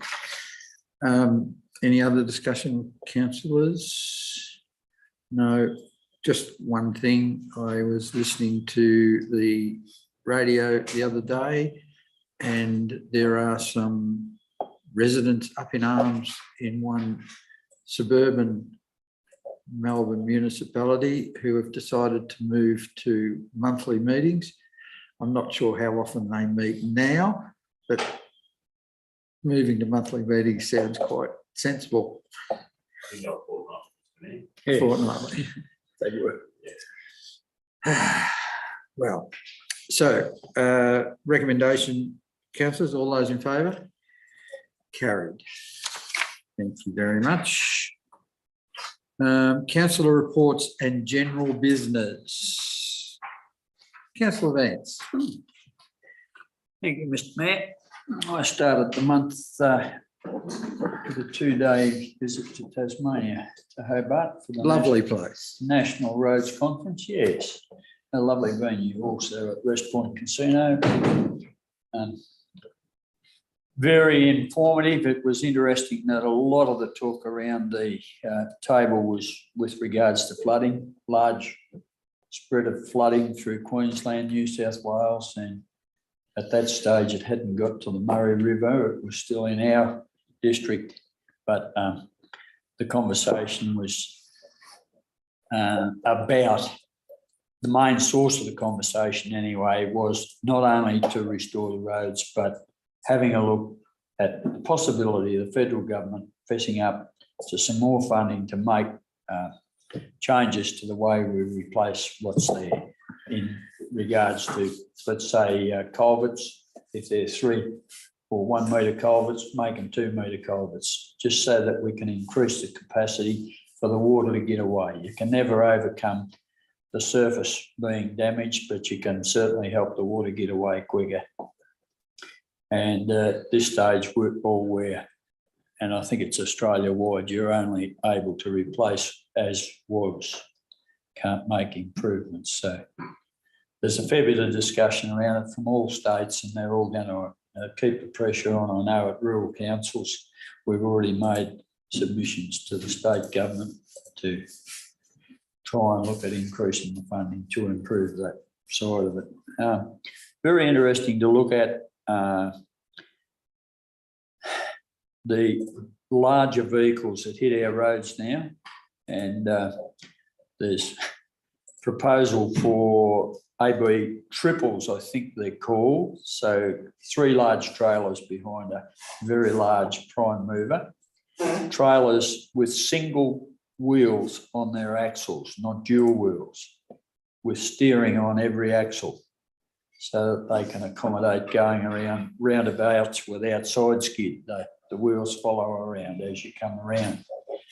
I don't know how many people have witnessed the large transformers that were bought, I know, to Elmhurst. When that was brought in, I think the load was something like 260 tonnes, and it was under 72 wheels, but they all steered in this principle. So that's being looked at, and it's also being looked at as a driverless vehicle, would you believe, from Albury to Sydney, not coming into Victoria, but utilising the Hume Highway from Albury to Sydney as a trial period to ensure that they get food into the state capital in New South Wales. That's the heavy vehicle registrar is proposing at this stage. There's a train line that would do that. Yeah, but when the train lines are out, as was the case with the flooding at Moree and through Forbes and the derailment down at Inverleigh, there were no train lines access to South Australia and Western Australia. A young chap that I play bowls with was actually an employee of a transport company that were heavily involved in getting food through to South Australia and Western Australia. They had to step up, and as we know, they got the Inverleigh derailment back on track within a week. they had to work 24 hours a day to achieve that. I think some of the containers that went off the line may still well be out in the paddocks where they fell, haven't been retrieved yet. And the chance to network with councillors from other states is always very valuable as far as I'm concerned. To hear that outback Queensland and outback New South Wales, they're using farmers to grade some of their gravel roads, using their old galleon graders and whatever else that the station properties might have to maintain their own internal roads. They're also having to use them because they just can't get plant out to cover the as we know, the whole of that Western New South Wales and up to the Queensland border is totally underwater. It's hard to imagine, but that's the way it was.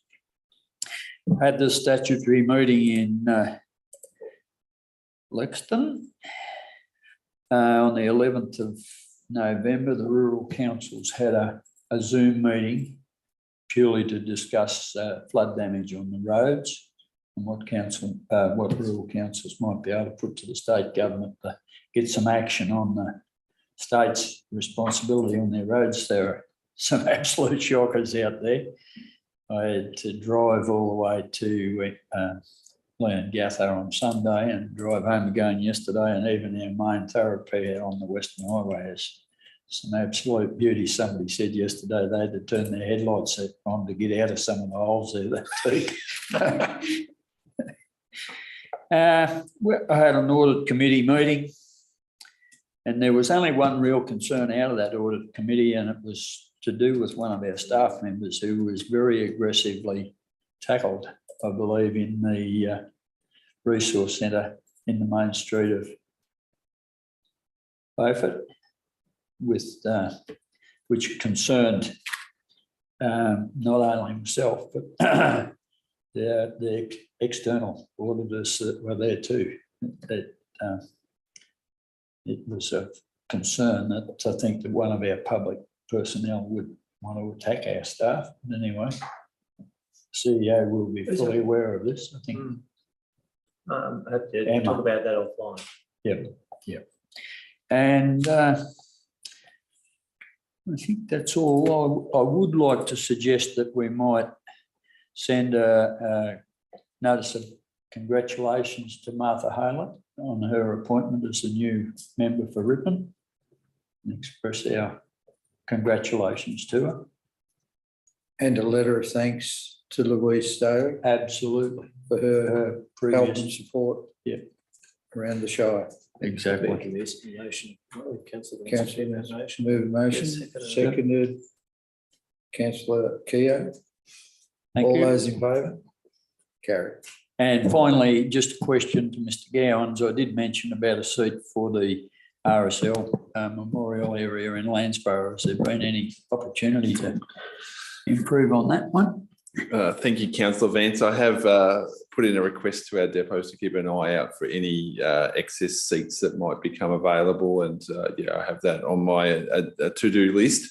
Yep. To keep there until we find something that appropriate. Might be able to cut a bridge down.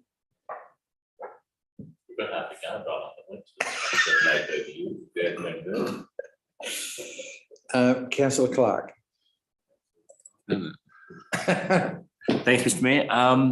A few external meetings on behalf of council. Thank you for council for appointing me to Centenary Victorian Greenhouse Alliance. They saw fit to give me the role of treasurer again, which is quite dangerous, but I think it'll be just fine in that sense, having now done it for a couple of years. Like Councillor Vance, I was at the National Roads Congress in Hobart as well, which was, it was a really good few days in that sense of things. And those two themes were absolutely came through betterment in terms of that. And I understand since that conference, both Queensland and New South Wales have made some significant moves here. And the word we're hearing is that Victoria is actively considering it, which is really good to hear. And the classic one I continue to quote, it's not the Calder Highway, but it's one of the major roads that goes into Charlton in the Shire of Bullock, and every time a flood comes, they've got to go and dig the road up so that the water can get through because they didn't have enough money to put another set of culverts in at the end of it.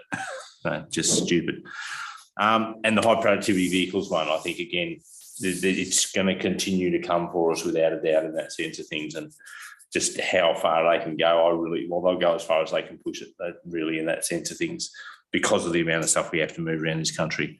In a community sense, been to Lexington with the statutory meeting, obviously, in our community cuppa, been to Waterloo, and they're very proud to took me out to the little white picket fence out the front and said that you could just see about that much of the point when the flood was on.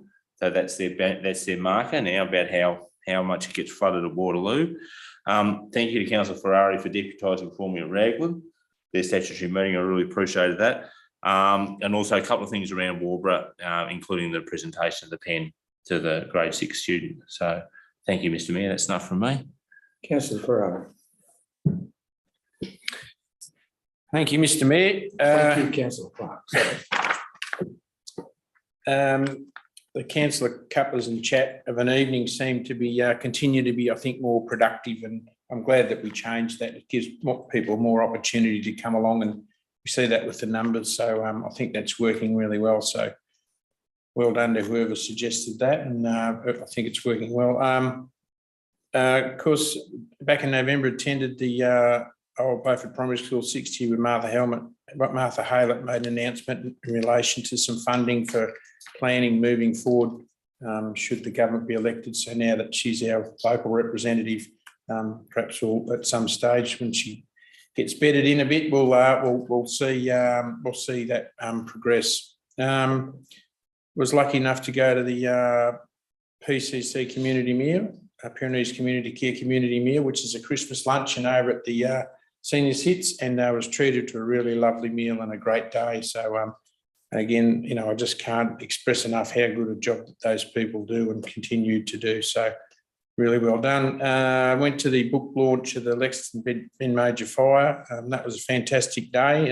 The weather was nice, and a really good effort by all concerned in relation to that book. And it's such a great narrative, and not just full of narrative, but it's full of fantastic pictures. So it's a really good record of what happened, and certainly it'll be very well. It's been very well received. Secondary college presentation day yesterday.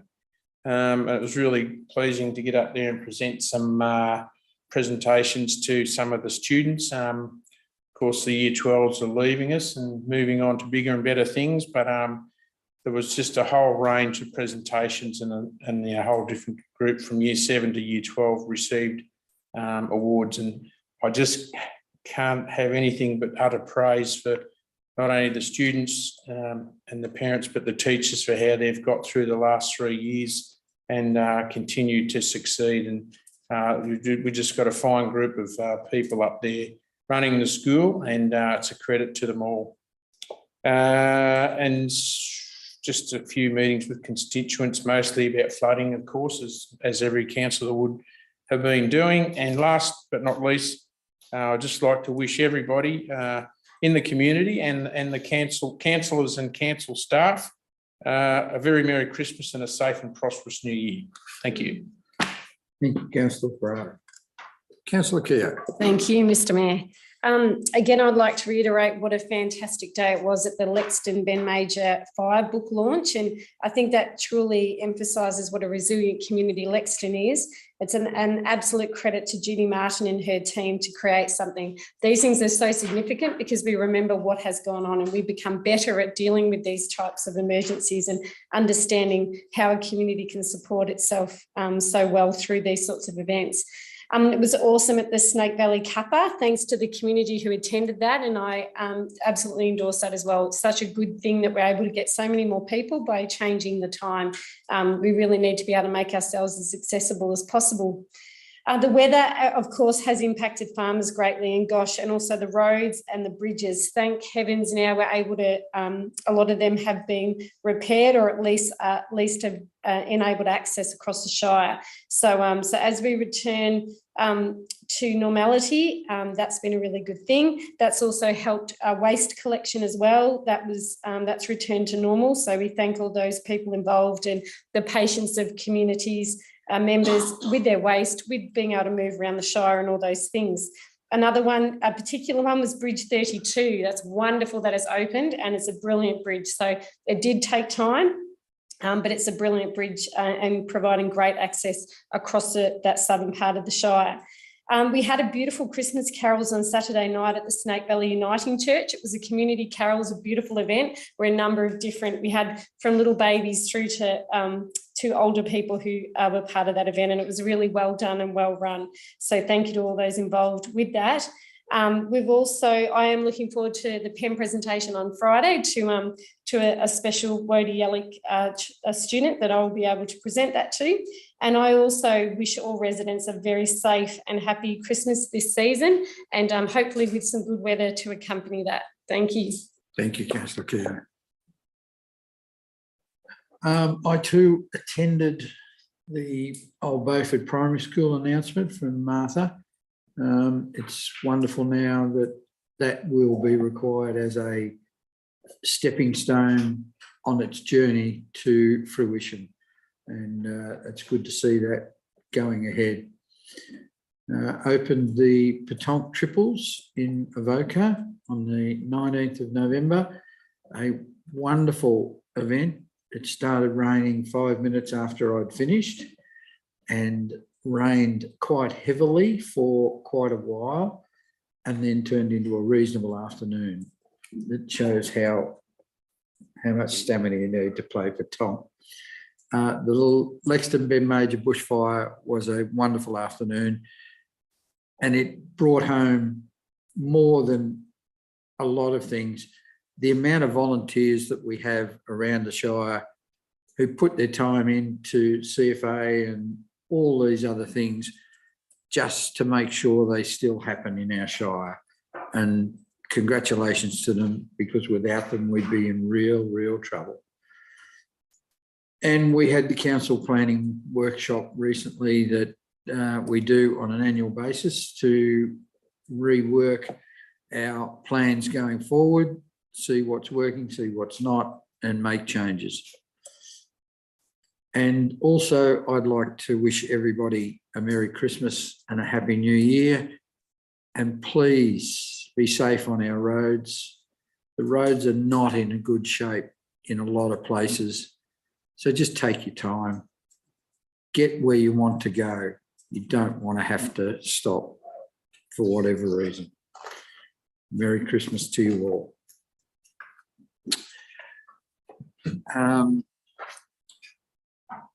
There are confidential items to be discussed this evening. So pursuant to provisions of section 4.1.1c of the Council's governance rules and section 66 of the Local Government Act 2020, the meeting be closed to the public in order to consider confidential items. The recommendation is that the meeting be closed under those ordinances to discuss the Australia Day awards, supply and delivery of 2 10-metre trucks with 1 3-axle trailer, and the Beaufort Lake Shelter tender. Moved, Councillor Clark, seconded, Councillor Ferrari. All those in favour? Carried. To any members of the public watching, please have a happy Christmas, a safe Christmas, and a happy New Year. Thank you for joining us this evening. It's been a stressful evening this evening, but we're through it. We will now go into closed council. We will come back from closed council if you wish to hang around and finalise the meeting. At the moment, I close the meeting at 8:25.